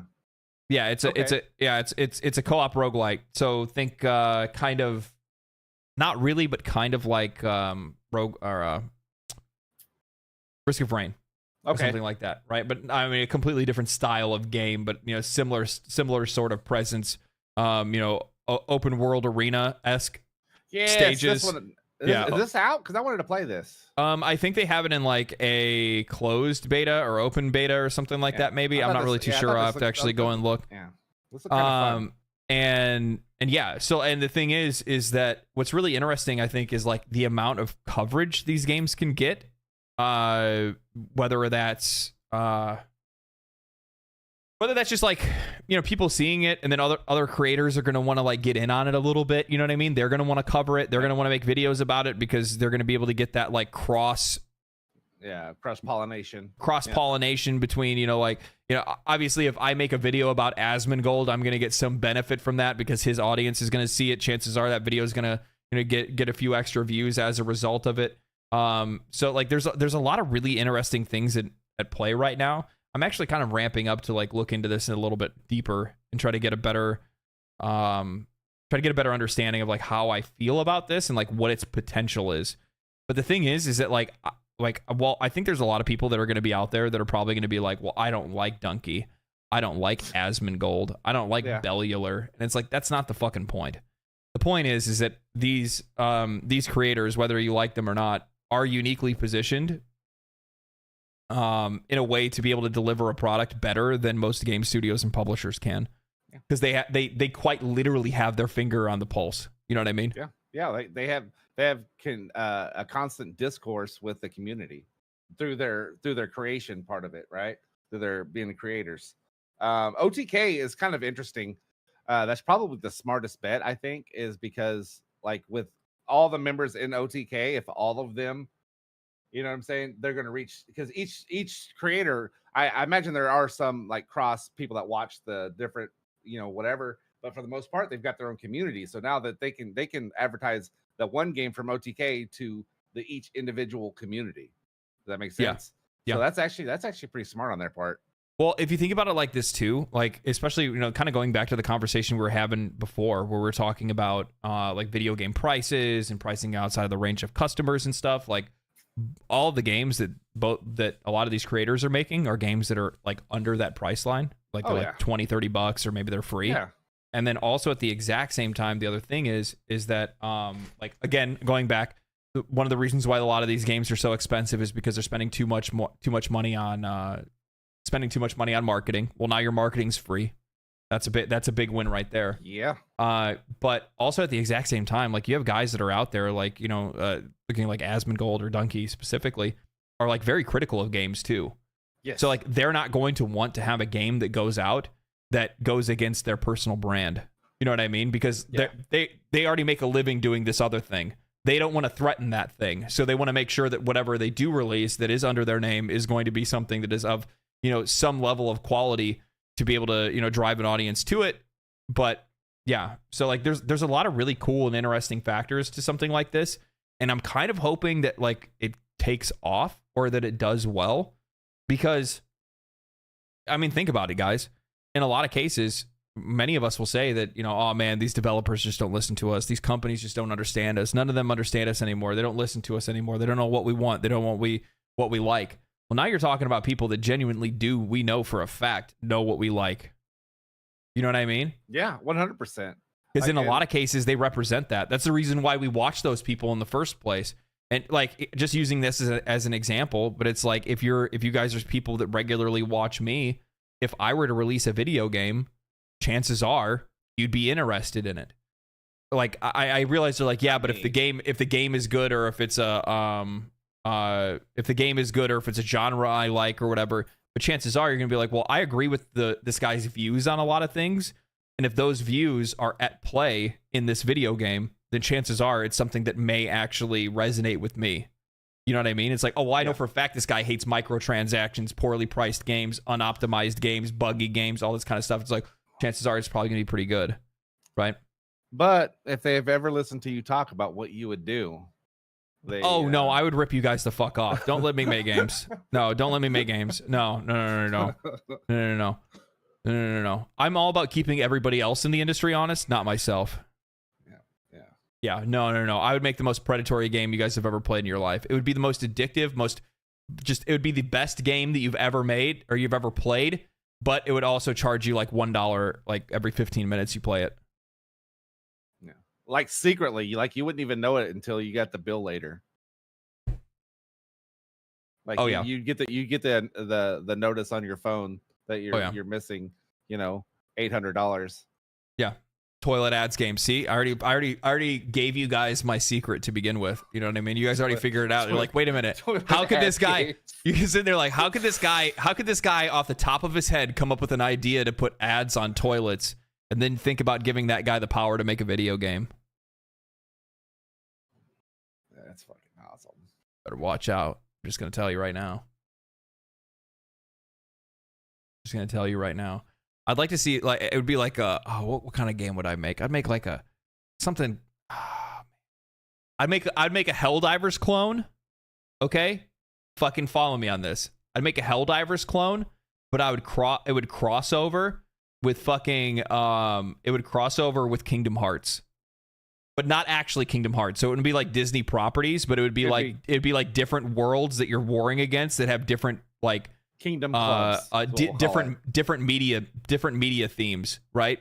So like this is like the anime planet. So like on that planet you're fighting nothing but like, big titty waifus and shit. And then you go over to this other planet and it's like, I don't know, I just like maybe it's like fucking Terminator or something like that. I go over to this other planet and it's like I don't know, I'm just amiibos or something like that. I think someone in the chat just took a shot at Balatro. Fuck did they say? They said, well, you're talking about, making these games. He said a poker-based roguelike. That's funny. What's their name? Let me ban them. Yeah, could you imagine a Helldivers esque? You're on this planet and you got your squad and you're like, all right, let's go. And then you look over the hill and there's like 50 waifus just start sprinting over the hill screaming, and you just gotta mow them down. Yeah, exactly. No, what do you got to spray him down with though? Water. Just water guns. Oh man. Yeah. Yeah. Oh my god. So a multiverse like Fortnite? No, it wouldn't be like actual properties, because that would cost money to get those people to have to it'd have to be I'm not going to pay other companies for their property. No, I would just do it, just completely different. All right, I got a question I want to ask chat real quick, because I was watching something on Stellar Blade when I was trying to check Kotaku for some juicy bullcrap that I like to put. So they have a guide up for how to fish in Stellar Blade, right? Yeah. And I'm sitting there thinking, I was like, you know what? There are so many games that have fishing in them. So many RPGs that have fishing in them. Like, so chat, do you like fishing in games? And if so, why don't you buy the games that are just fishing, like the fishing games? What's the link into an RPG fishing versus Bass Pro Fisher? Final Fantasy 15 still has the best fishing game of all games ever made. Sorry, I said it. I mean it. I believe it. Rurakan says, "Hey LD, how come things have only gotten worse since I last spoken to you? What the fuck, bro? What's gotten worse? Did I miss something?" It's probably just my existence in the space, just attracting. It's what it is. It's my positivity attracting negativity. You know what I mean? And I think what brought that up is because I have to go fishing in Warframe to get. Is Mars in retrograde right now? Maybe that's what it is. Yeah, it is. Wait, let me check my hairline. Yeah, it's in retrograde. Oh man. Fishing games don't have waifus yet.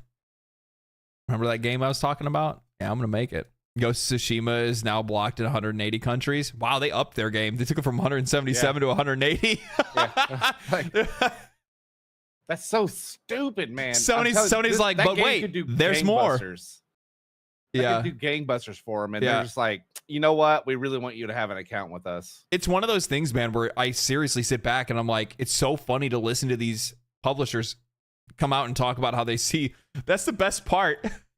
Both Sony and Xbox only just a month ago came out in two different interviews and said, we see less people buying games in the future. Yeah, because you're not fucking letting them buy them. Because you're saying no to them. Yeah, because you're saying no. LD, you should get Rory to play Warframe. Rurikan said that Warframe is one of the worst games he's ever seen in his life, and he would never play it. And he says it's pay to win, and it's terrible. Wow, and you're friends with them. Cool. I never said Rurikan and I are friends. Oh, okay. My bad. I'm kidding. I like Rurikan. Oh, man. We're friends. One of those things is true. Oh, man. Oh, man. I think if you're gonna fish or play a sport game or play a musical instrument, you should just play it in real life. No. Bro, have you played Guitar Hero back in the day? It was pretty fire.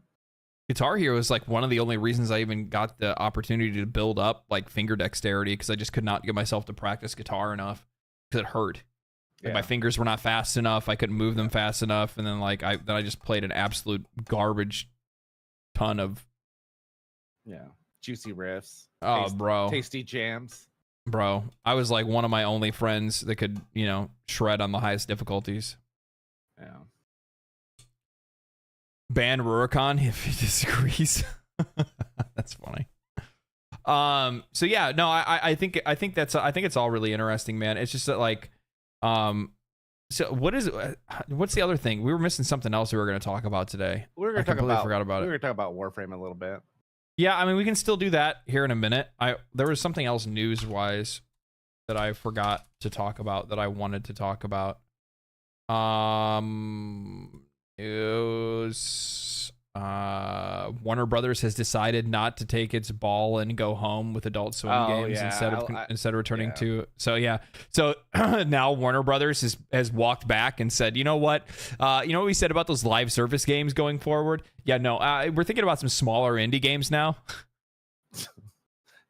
The ones that we already have that are doing well, we're gonna go ahead and keep those. Yeah. I wonder if that was at all maybe potentially slightly influenced by Suicide Squad Kills the Justice League being an absolute great game. Absolutely fantastic game of the year. See how I finished that sentence for you perfectly? The absolute injustice that it won't get a game of the year nomination. If it doesn't get best live service game of the year at the Keeleys, I'm boycotting forever. So just where I'm at with it. So yeah, no, this is exactly what I was talking about. EA is looking at putting in-game ads in AAA games. Yep. We'll be very thoughtful as we move into that. Yeah.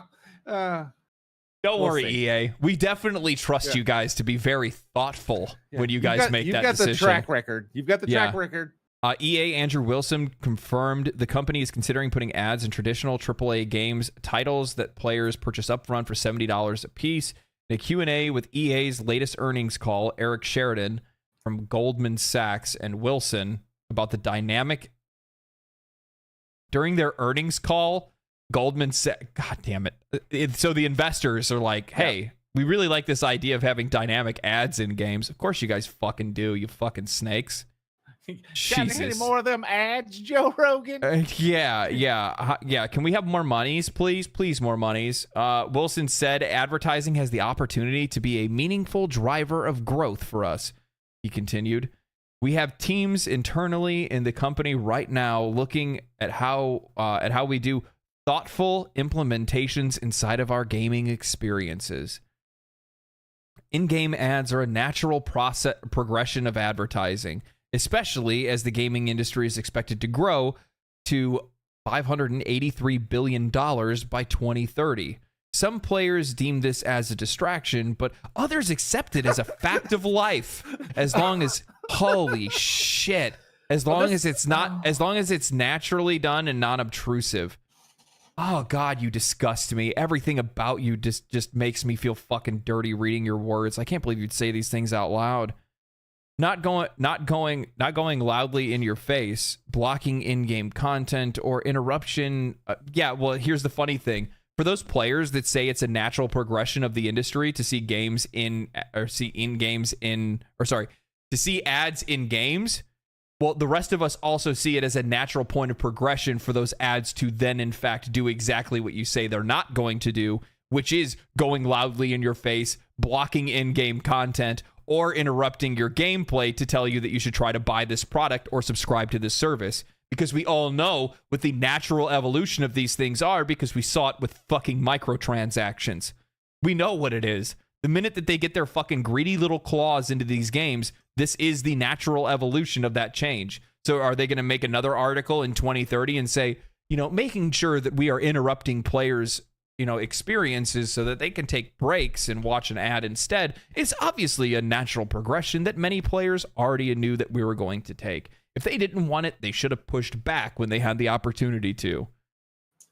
You know what they're going to do? They're going to do what mobile does. And what mobile does is they'll give you a free game. And after every 2 levels, it's going to throw an ad. You have to wait through. It's usually way longer than anybody humanly possible wants. And then they go, hey, you know what? For $3.99, you can play this game with no ads. And that's probably what they're going to do. They're going to add those fees onto there. That's how they're going to get people into their streaming services and stuff like that. Yeah. Brian Robinson with the $5 says, how about these companies finally just accept that we don't want to be advertised to constantly? That is never going to be accepted. That is never going to be accepted.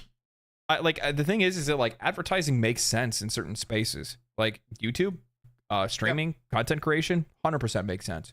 100% makes sense. On Roku. Yep. It's the best opportunity for people to be able to watch something and just pay with their attention rather than pay with their actual money. You know what I mean? But when you have a product that you're already paying for to begin with, then it doesn't make a lot of sense for you to also have advertisements at the exact same time. You know what I mean? Cable might disagree with you. I'm sure cable does. Cable does. Yeah. But also at the same time, I'd imagine like there's something to do with the value of that as well. Like obviously the cost of cable. Cable's fucking expensive to begin with. That's the reason why I don't have it. Adalberto, yes. We both own. We bought V Rising in early access, and we were talking about it yesterday. Right now, we're kind of wrapped up in Warframe. I am. He may change his mind, but I plan on going to V Rising. One of our buddies, I was playing with him last night after everybody got off, and he was really like dying to get the Castlevania the DLC for it, music and all that stuff. So I went ahead and gifted it to him. I thought he was gonna cry. I thought he was gonna cry a little bit, Ian. I thought Cody was gonna cry a little bit. Oh, they made DLC for a game that just hit its 1.0. Yeah. Yeah. Yeah. Feels good, doesn't it? That's interesting. Okay. Yeah. I initially, when I first saw that, I thought it was initially when I first saw that DLC, that like Castlevania thing, I thought that was something that was just in the game already. Yeah, it's cosmetics. It's an add-on for cosmetics and music for inside your castle. Oh, that's what you got him. Yeah. But the Belmont thing is already just in the game. Yes. I okay. think so. Okay. Never mind then. Okay. I like V Rising. I bought it when it first came into early access. Would I play it? I don't know. Maybe I probably would. Whether it would I stream it? I don't know. To be honest, maybe. I don't know if it's very streamable. I don't think it is. To be honest, I don't think like build a house and all that kind of stuff. Maybe. I don't fucking know. To be honest, I don't know what they want. What do you guys want? You know what I mean? Warframe is a great game. It is a great game. It has changed my mind. Yeah. So, but when it comes to V Rising, I think V Rising is a great game. But I was talking to Mark about this the other night, and one of the things that irritates the absolute shit out of me with that game is that it does not when you start a match, it doesn't start you on what the developers envision as the best experience for the sliders. If you start the game vanilla and you don't mess with the sliders whatsoever, it takes 3 days to make a single piece of fucking wood. Everything takes forever to craft in that game. It feels like you're playing Warframe. I'm not fucking around. That's what it is. So you have to change the sliders yourself. And I get that. Just change the sliders. And it's yeah, I can just change the sliders. That's fine. I don't have any problem changing the sliders. But the problem is that it makes me feel like I'm fucking cheating because I don't know what the good feel is. I'm just a player. You know what I mean? So when I'm messing with it, and it's well, you know what feels good? It being made instantly. But then I consume the game too quickly. That's one of the reasons why I like stuff like Minecraft or Valheim. What else did we play? We played a lot of them. Oh, early access? No. I'm talking about survival games. Oh, Sons of the Forest.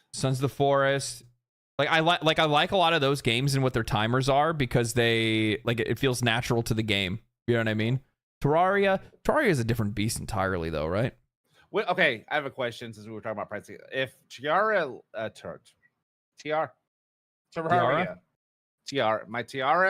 if Terraria had come out and it was a $70 title, would you have purchased it? Not knowing. Ooh, that's a really tough. No, I wouldn't have. Would you have now, though, knowing what it is? Paid $70 for it. Yeah, probably. I know this is one of your favorite games. So yeah, if I knew what it was, maybe. But also at the same time, I feel like Terraria is a really unique experience in general because I played it completely blind. Yeah. So and the thing is, if I did know what the game was, then there's a chance that maybe I wouldn't have bought it. I don't know. I have no idea, to be honest with you. That's just a really weird experience in general. Do you have any interest in Abiotic Factor? I don't know what that is. What's your favorite Warframe? Well, today I just pulled Volt Prime out of the oven. So yeah, and I have fallen in love with Muscle Mommy. I got a Hildren Prime, and I'm absolutely in love with her. Okay, we can do some Warframe talk. I'm gonna use the bathroom real quick. Hold on one second. Okay. I'm gonna give you control. Okay. Yep. I also have a Goss Prime that I enjoy a lot. I like Goss. The Goss is like a double-edged sword for me, because when you play with him, you move so fluid and you feel so good the movement wise, and then you go to like any other frame and it just feels like sluggish. It feels like super sluggish. But yeah, the Hildren Prime that I just got is, man, the skin on it I love. Everything. I think I had the base model, but I just used it to like go through Onslaught, so I didn't really like check out any of the abilities. You know what I mean? You just do an Onslaught to get to 30 and then you're done, right? Probably 2 matches. And so once I got the Prime version, I've been playing it, man. I flipping love Hildren. It's my favorite right now. I like Zypher. I usually use I have a Zypher base, and I usually use her for all of my agility masteries that I have to do. Yeah, Wisp. Like, I don't have a Wisp yet, right? But like anytime there's an option for a Wisp to be in your party, there needs to be a Wisp in the party. Wisp is like super, super busted. I think Wisp is awesome. Factor was surprised you. Games review was so good. Oh, Rap Tap Tap. Oh, Haro.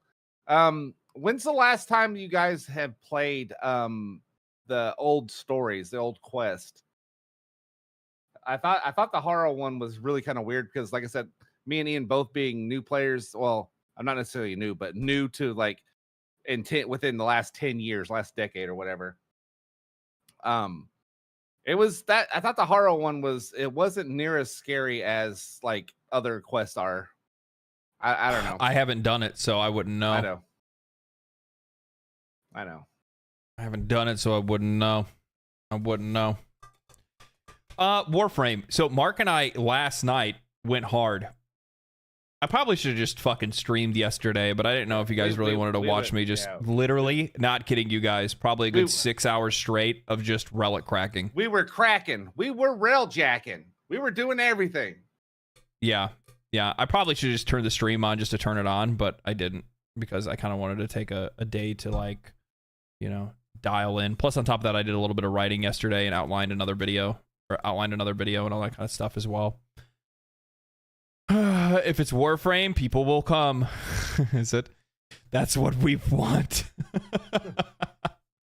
So I mean, I'll keep that in mind. If it's one of my like later if it's like a later stream or something like that, maybe I'll just pop it on. We had such good RNG too. Bro, I mean, we were like everything we wanted, we got. Yeah, I was like, okay, I got one piece for Paris Prime. Let's get the rest, and bam, I got it. Mark wanted his pieces for Hildren Prime. Then after he got his, I was like, well, I have enough to be able to make it, almost enough to be able to make it too. Let's run this other one and see if I can get it. Bam, got that. Then I realized I had like 2 or 3 pieces for Goss Prime just from like running relics. And then I was like, well, might as well go get the rest of this. Bam, got the rest for Goss Prime. Then I think like Lotto Prime or Leto Prime or whatever it's called. I made 2 of those. Yeah, like I just absolutely just, it was crazy. I don't know what was going on. We just kept getting everything we wanted. Let's see. I started playing at 11 a.m. and then I got off at like 3 a.m. So that's the shift I put in. That's right. Fucking Relic Crack 10-0 pilled. I'm in the circuit and I'm fucking loving every minute of it. Speaking of, circuit should actually reset tomorrow, so I'm really interested to see what's in that. I can't wait to be able to get into Steel Path because I hear that you can get some weapons out of Steel Path. When you do Steel Path, circuit, like it's gonna be a while for you though. Yeah.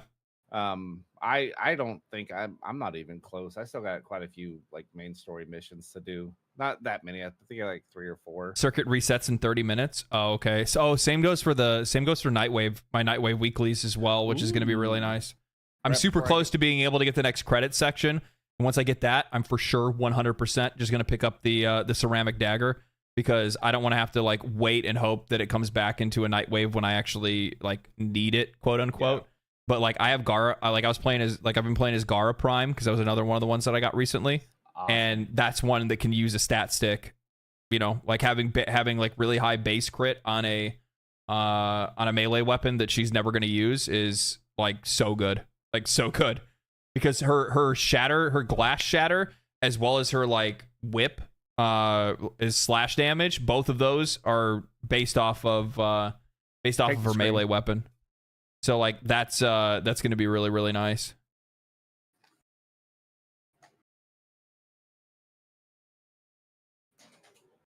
Can I post a useful link that tracks all the timers? Post it in the Discord.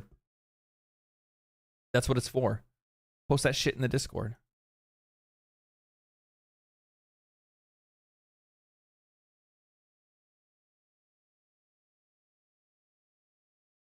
Yeah.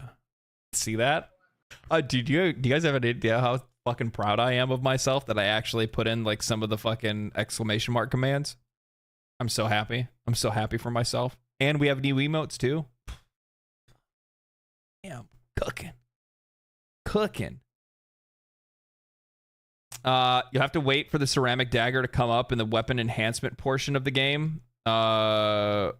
Way ahead of where you are. Yeah, but it's nice that I'll have it. The problem is that, like, I had a bunch of people that are telling me like, oh, you don't need it right now. By the time that you get to where you will, by the time you get to the point where you will need it or can use it, you know, it won't matter, because it'll probably come back. And I'm like, well, I don't really want to, I don't want to gamble on that. You know what I mean? I don't want to gamble on that and be like, oh, sitting there waiting for the next Nightwave for it actually to pop up in the first place. Like, I don't want to have to deal with that if I don't have to. But yeah, waiting 7 weeks is rough. Well, I mean, like, that's if it pops back up. There's stuff that friends of mine have told me that they've been waiting to come back into the Nightwave that hasn't come back into the Nightwave. You know what I mean? I'm kind of upset. Like, this week's circuit is Garuda, Baruch, and Hildren. And for the weapons, it's Breton, Lotto, Skana, Paris, Kunai. Yeah, I think I'm probably like, I mean, I'll probably take Baruch maybe, or Hildren. I'm not really too sure. I'm still okay. So I've got everything I need for Baruch Prime except for his stupid optics, and I cannot find them. I don't have the relic to try to crack for it. What about Warframe with Helldivers skins? Helldiver with Warframes. That'd be kind of cool, I guess. What about Warframes and Helldivers? Well, Helldivers are pretty close to the Grineer as it is, like intellectually. Damn. That seems like a fucking. I mean, you gotta admit, they are bought in. I'm not talking about the gamers. I'm talking about the characters in the game. They are bought in. Oh my god. So, collab event, yeah. Helldivers versus one Warframe. That's like still one of the things that I'm looking forward to the most when it comes to Helldivers 2 right now. Is I'm really, really looking forward to when they finally put in faction bosses. Like, that's gonna be fucking sick, dude. I can't wait for that. I've seen some screenshots recently of people showing that they've seen like an entire fleet of Illuminate ships. Yeah, did you see the article where dude was talking about the helmets were actually supposed to have different, like, they're actually supposed to do something, like, so like one helmet, like a mod on it would be that you could actually see like the outline of like bugs and stuff from a distance. That'd be sick. You know what I mean? Another one would be like for healing. If it was like a healer helmet, you could like see if when someone goes down, it highlights them where they go. You know, stuff like that. Like cool little different like screens that the visor would be, but they just didn't have time before they had to launch the game. So that's probably something that might be coming. Huh.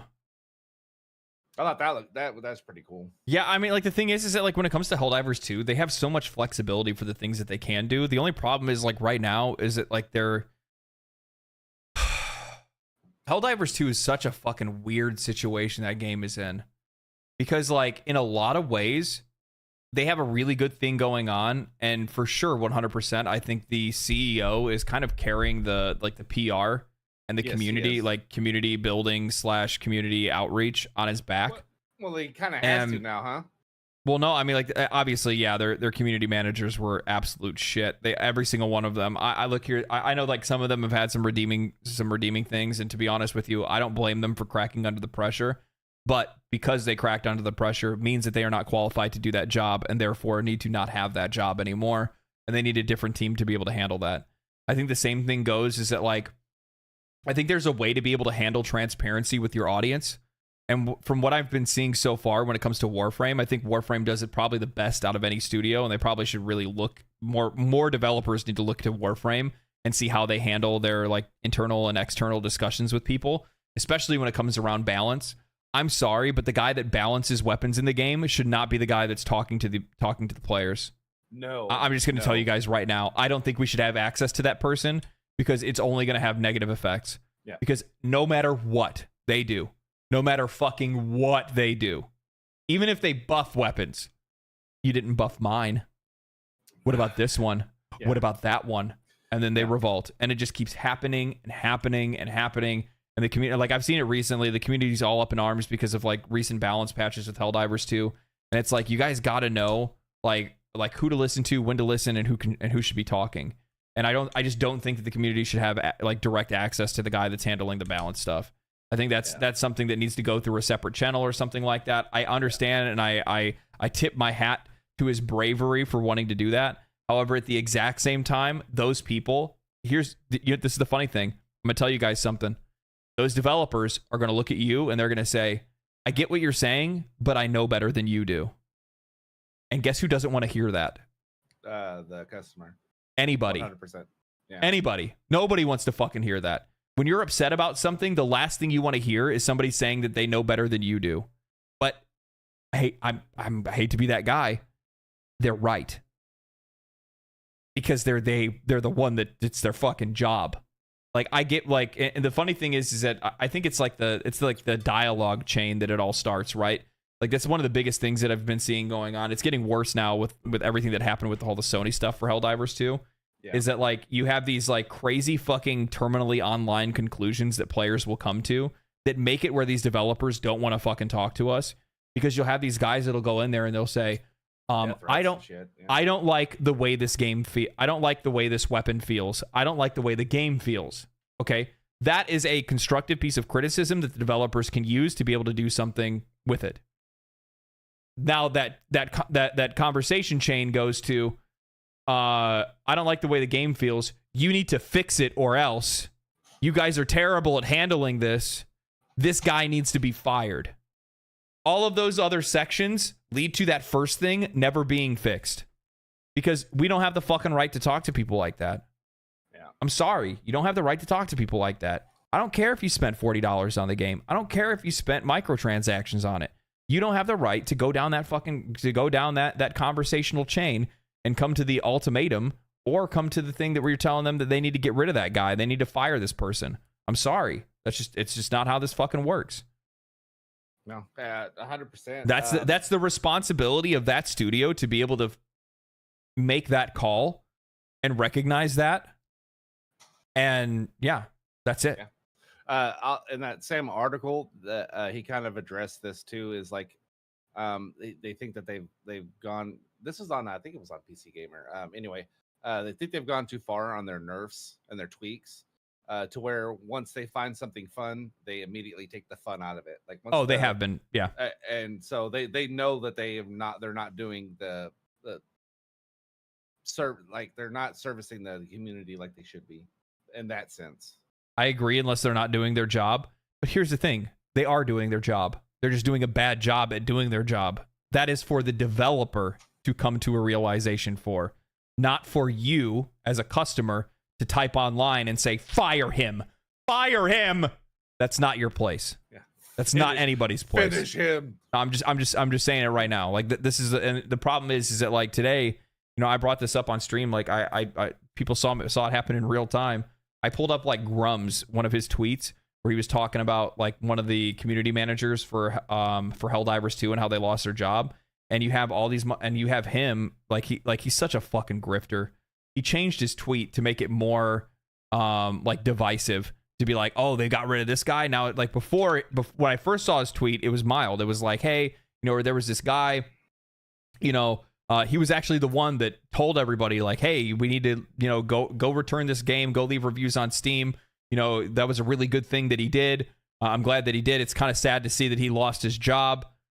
And then he changed that to, finally, Arrowhead Studios is cleaning up their community manager team. And it's just like, man, fuck you, dude. Like, I'm sorry.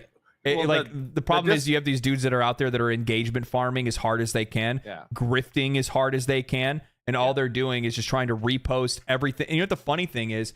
Guys like that are the same people that want to fucking talk about how people always like cancel culture shit. They talk about how, bringing up somebody's tweets from 15 years ago. These motherfuckers are doing the exact same thing. Literally pulling up tweets this person said like 5 years ago and shit. It's like a pot kettle. Yeah, they're like, for that guy, what was his name? Spitz, I think, or what? I can't remember what he went by, the community manager. Anyway, but he was also, from what I understand, from what I've been reading, he was also one of the ones that was doing all the like talking crazy to consumers in like Reddit and Discord and stuff like that. So, but still, like, if you work for a company, could you imagine anybody in the chat? Could you imagine working for a company and you go tell all your customers, hey, put in a bad Yelp for this company, do this, and then the company not like getting rid of you? Come on, like that's crazy. That's not something you should do. It's unprofessional. What he was trying to do was get clout with the gamers. Is what he was trying to do, and it ended up backfiring on him, I think. Yeah, in the long run. Yeah. No. Here's the thing. I'm not saying that Spitz didn't deserve to lose his job. 100% did. The whole fucking team deserves to lose their job. I'm not saying they don't. I'm saying that I don't have the fucking right to go online and start posting about how they need to lose their job. No, it's not. And it's also none at of the our- it's none of our exact and business. also at the exact same time, the other thing is that I think that I there's just a massive fucking lack of empathy when you try to put yourself in somebody else's shoes. And like, yeah, I saw, like, to be fair, somebody said that like somebody in their Discord server. So somebody in the Discord server said that Grum's committed an essay, right? Well, and it was a fucking Discord mod. Yeah. It was not a community manager. It was a Discord mod. And then you take that, then they take it obviously to the next logical conclusion, which is like trying to post like, their profiles and shit online. And then the next thing you know, now all of a sudden it's fucking dogpiling and it's a witch hunt and it just gets out of control. And all you had to do was just post the initial thing. Hey, this person said this about me, and then they banned me from their banned me from their subreddit. But then it's like, now you're gonna go to this other person that's on there, and now you're pulling up fucking tweets of theirs from like 2, 3, fucking 4 years ago, showing that they're like left leaning. I see what you're fucking doing, dude. I'm not fucking stupid. And I don't see like saying like you have to fight fire with fire. No, the problem is that like most of these people are fighting fire with fucking napalm. And it's just not necessary. I'm sorry. Like, look. I appreciate the people that watch me, and I really appreciate the people that follow all the content, show up the podcast, show up to the live streams, show up, watch the videos and stuff like that. I am not a rage bait engagement farmer. I'm fucking sorry. I can't be a part of that stuff. It's not good for the brain. It's not good for the heart. It's not good for the soul. It's not good for anything. I don't have It's the just energy not. for it. It's not. It's fucking exhausting. It's so exhausting. I'm so adverse to that kind of shit. I'm never going to be pointing people in a direction and saying, go after this person. It's never going to happen. No, but no, it's crazy. The same thing's happening to Phil Spencer right now, on Twitter. People calling for his job over these studios closures. Yeah. Like, here's the thing with the Xbox part of that. I'm not going to call for his job, but if their business model, here's the thing, things kind of work, they all come out in the wash. Okay, if the way that he's running that business continues to not be successful, he'll more than likely be leaving on his own accord or not by his own accord. That's just generally how it is. I don't need to sit there and go, hey, Satya, you need to fire Phil Spencer. That's just not the way. No, the funny thing is, when it comes to like Phil Spencer and them, like, here's the thing: nothing's gonna fucking change. Even if you put somebody else in that seat, they're gonna be doing the exact same thing, because at the end of the day, they've already come out and said their main focus, their biggest concern, is the concerns of their investors. Yeah. Not the stakeholders, the investors. They don't give a fuck about the stakeholders. Yeah. Simple as that. Simple as that. Anyway, this is the part of the show where usually we turn it over to you guys, and if you guys have any questions directly for us that you'd like to ask either me or Mark, you guys are welcome to post those questions in the chat. You can @Legendary Drops, and we will respond. This is our like Q&A time that we usually do at the very end of the show, and then we'll move this boat along. So if you guys have any questions for us, @Legendary Drops, and let me know. It is funny. I'm gonna start calling Microsoft the Corpos. The Temple of Profit.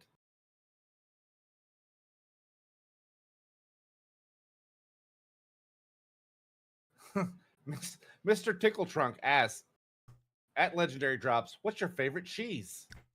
That's actually a really hard question. Mine would have to be smoked Gouda. Dude, Gouda's fire. Dude, smoked Gouda? I will eat that on top of a dead body. That Gouda's fire, dude. I love those like cheese plates, especially like drinking wine and stuff like that. All right, we got Phoenix Rose, Legendary Drops. Favorite quest so far in Warframe? Favorite quest so far in Warframe? I mean, obviously it's the Second Dream. I mean, it's kind of like far and away the best one that I've done so far. Yeah. I mean, like, come on, man. Mine's definitely New War. That's probably my favorite. Which live service would you consider better or close to Warframe? I would probably say like either in the same boat, like Helldivers 2. But if you're just saying like because we're just saying like live service in general, yeah, I would say like Helldivers 2, Final Fantasy 14. They sit in the same boat. You know, ethical monetization. You don't need to spend any money if you don't want to, and money's not necessary to like progress the game or anything like that. In some cases, money is necessary to play the game. You know, with Final Fantasy 14, you need a monthly subscription and stuff like that. But I think both, more than anything, I think they do a really good job. At Legendary Drops, what lives? Oh, okay, I already answered that one. At Legendary Drops, do you think, due to all this chaos in AAA games, that indie will start becoming more picked? I think they already are. It kind of goes back to that. It kind of goes Deep Rock Galactic 2. Mark and I started playing that. We had a lot of fun with it, but we ended up falling back into Warframe. I mean, like we like stepped out and we're like, oh my god! Like we tried Deep Rock Galactic for the first time, and I was like, wow, this is actually really fun. This is really cool. I'm having a really fun time. And then like the next day we go back to Warframe, and then I completely forgot about it. Yeah. Neo Genesis asks, when War Within? It's next week. Probably Tuesday, maybe, because like Monday I'll be recording a video and then posting it for Tuesday. So then Tuesday I will be streaming, and when I stream on Tuesday, I should be caught up to the point where I do War Within. It should be Tuesday. If not, then it'll be pushed and we'll probably do it on Thursday. Most likely. At Legendary Drops, how are you finding the grind in Warframe now that you've settled into the game? Like I'm realizing that I've only really stepped into it. You know what I mean? Like there's other grinds that I haven't gotten into. The problem is that like there's like so many grinds. You know what I mean? So it's like it's not bad if I'm focused on just trying to accomplish a singular goal, right? So if it's like, hey, Mark, we need to try to get some like try to get some prime stuff so we can sell it, so then when Barracuteer shows up we have, you know, ducats to use, you know what I mean? And then I also want to like try to get these frames, so when you focus on those kind of things it's not too bad. But the problem is that then you realize that there's like a lot of other things you need to progress at the exact same time. There's a ton of stuff that's still out there. You know what I mean? Like there's like both of us have a slight case of ADHD to where we'll start something and then we'll see something over here like, oh, we need to go do this, and then oh, we need to go. You know what I mean? Like it's hard to finish some of that grind stuff. Yeah, so there's like a lot of stuff that we still haven't gotten into yet that I still need to like kind of work on, especially when it comes to like reputation farms on Deimos. Orvalis and Cetus are some of the ones that I know off the top of my head where I'm like, I need to work on that stuff. So it's gonna take a little while. That's an interesting question. Frantic Sloth asks at Mark, why do people continue to stream games that they claim to hate? Because they do hate them. And they keep streaming them because they're afraid to try something different because they'll lose their audience. That's why. Yeah. Like I can't sit there and play the same game nonstop for a year. Like it's impossible. Well, here, I'll put this into perspective. Realistically, here's the thing. The last few Warframe streams have been absolutely fantastic, right? So Warframe streams have been getting like anywhere between like 500 to 600 viewers. If tomorrow I turned around and said I want to stream Animal Well, how many of those 500 to 600 people do you think are going to show up? And then realize that directly affects my income. You know what I mean? So like it does. You know, when you find an audience or something, it traps you into it. The problem is that you have to also be able to have the bravery to be able to do other things, which I mean I do. I like look at my channel. Most of my channel is me playing all kinds of different games, talking about all kinds of different subjects. I can't be afraid to do it. Otherwise, I'm going to set the expectation that all you guys are ever going to think is all I'm ever going to do is play Warframe. Well, that's not the case. Like, I mean, I probably will play it. It's a live service game, so there's a lot of it I will play, and it'll probably be a constant game. But I'm going to play other stuff, like Elden Ring when its DLC comes out, for sure. Fuck, of course I'm going to be playing that. Path of Exile 2 when it releases and has its closed beta or open beta, whatever they're going to do, of course I'm going to be playing that. Final Fantasy 14 with its expansion, yep, I'm going to be playing that. Wukong. I don't know. Black Myth Wukong, I'll probably be playing that. You know what I mean? Yeah. At Legendary Drops, are you guys looking forward to the Final Fantasy XIV's graphical overhaul? I wouldn't really call it an overhaul, more of a touch up than anything else. I don't really have like super high expectations for like what the fidelity is going to look like for Final Fantasy XIV. It's built on a very archaic and old engine, so I don't really see them being able to do too much with it. It is crazy to think that engine was on PS3. It's also crazy to think that the engine that they used for Final Fantasy 16 is a modified version of the engine for Final Fantasy 14. So technically they could have the flexibility to be able to do something, but they'd have to migrate everybody's accounts over to a new engine, which would be really difficult to do. Yeah. I think if they really want I think if they want Final Fantasy 14 to be their forever MMO, they're going to have to figure out how to get down that path before World of Warcraft does.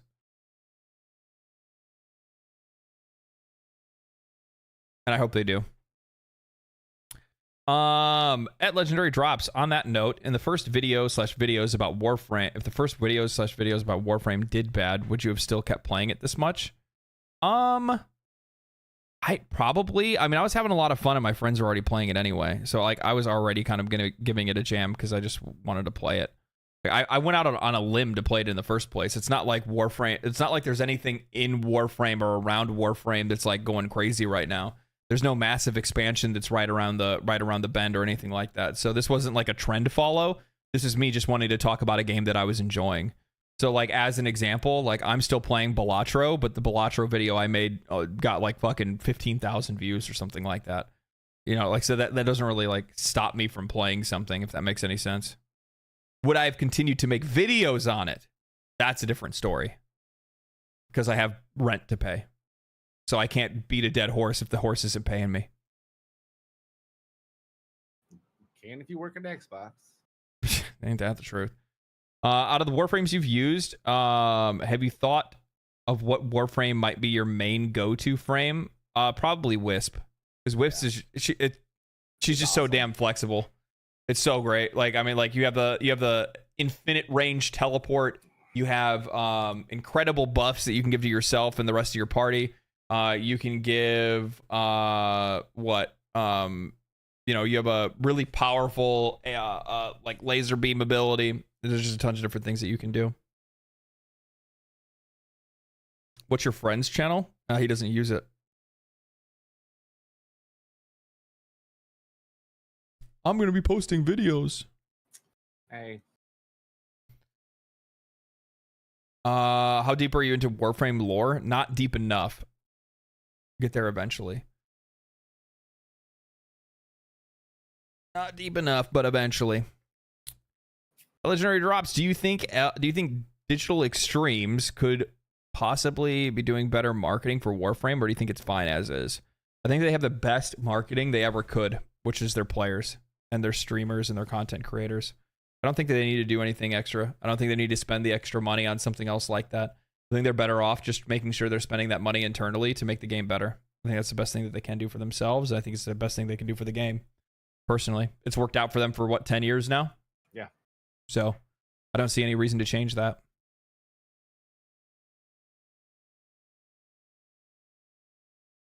I don't know. But I yeah. don't think I've seen an advert for Warframe in forever. Oh, I have. I've been seeing them on my own videos. They just do the all they do is they just do the like Prime trailers on YouTube. Ah, okay. So like if there's a new Prime that's out right now, so like I kept seeing like when my videos got posted that my videos were almost always tagged with Goss Prime ads. Yeah. Yep, I know they're there.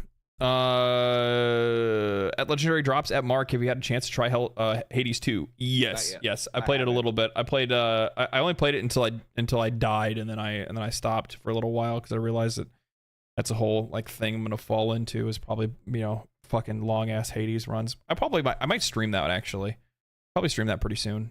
I really like Hades. It's a big time favorite game of mine, so I'm all about that. But anyway, that is all we have for today's show. Thank you guys for showing up. Thank you guys for hanging out. It's been an absolute blast. I got a birthday to celebrate. I got dinner to have. I got all kinds of different things I got to do today. So I'm going to go do that instead of hanging out with you. So I will be back online, back streaming Tuesday. If I don't, for some odd reason, stream tomorrow randomly after I'm done, you know, recording and all that good stuff. Recording, editing, and posting the video and whatnot like that. So anyway, my friends, thank you guys for hanging out. Stay cool, stay righteous, stay safe, and I will see you guys. Well, I mean, we'll see you soon.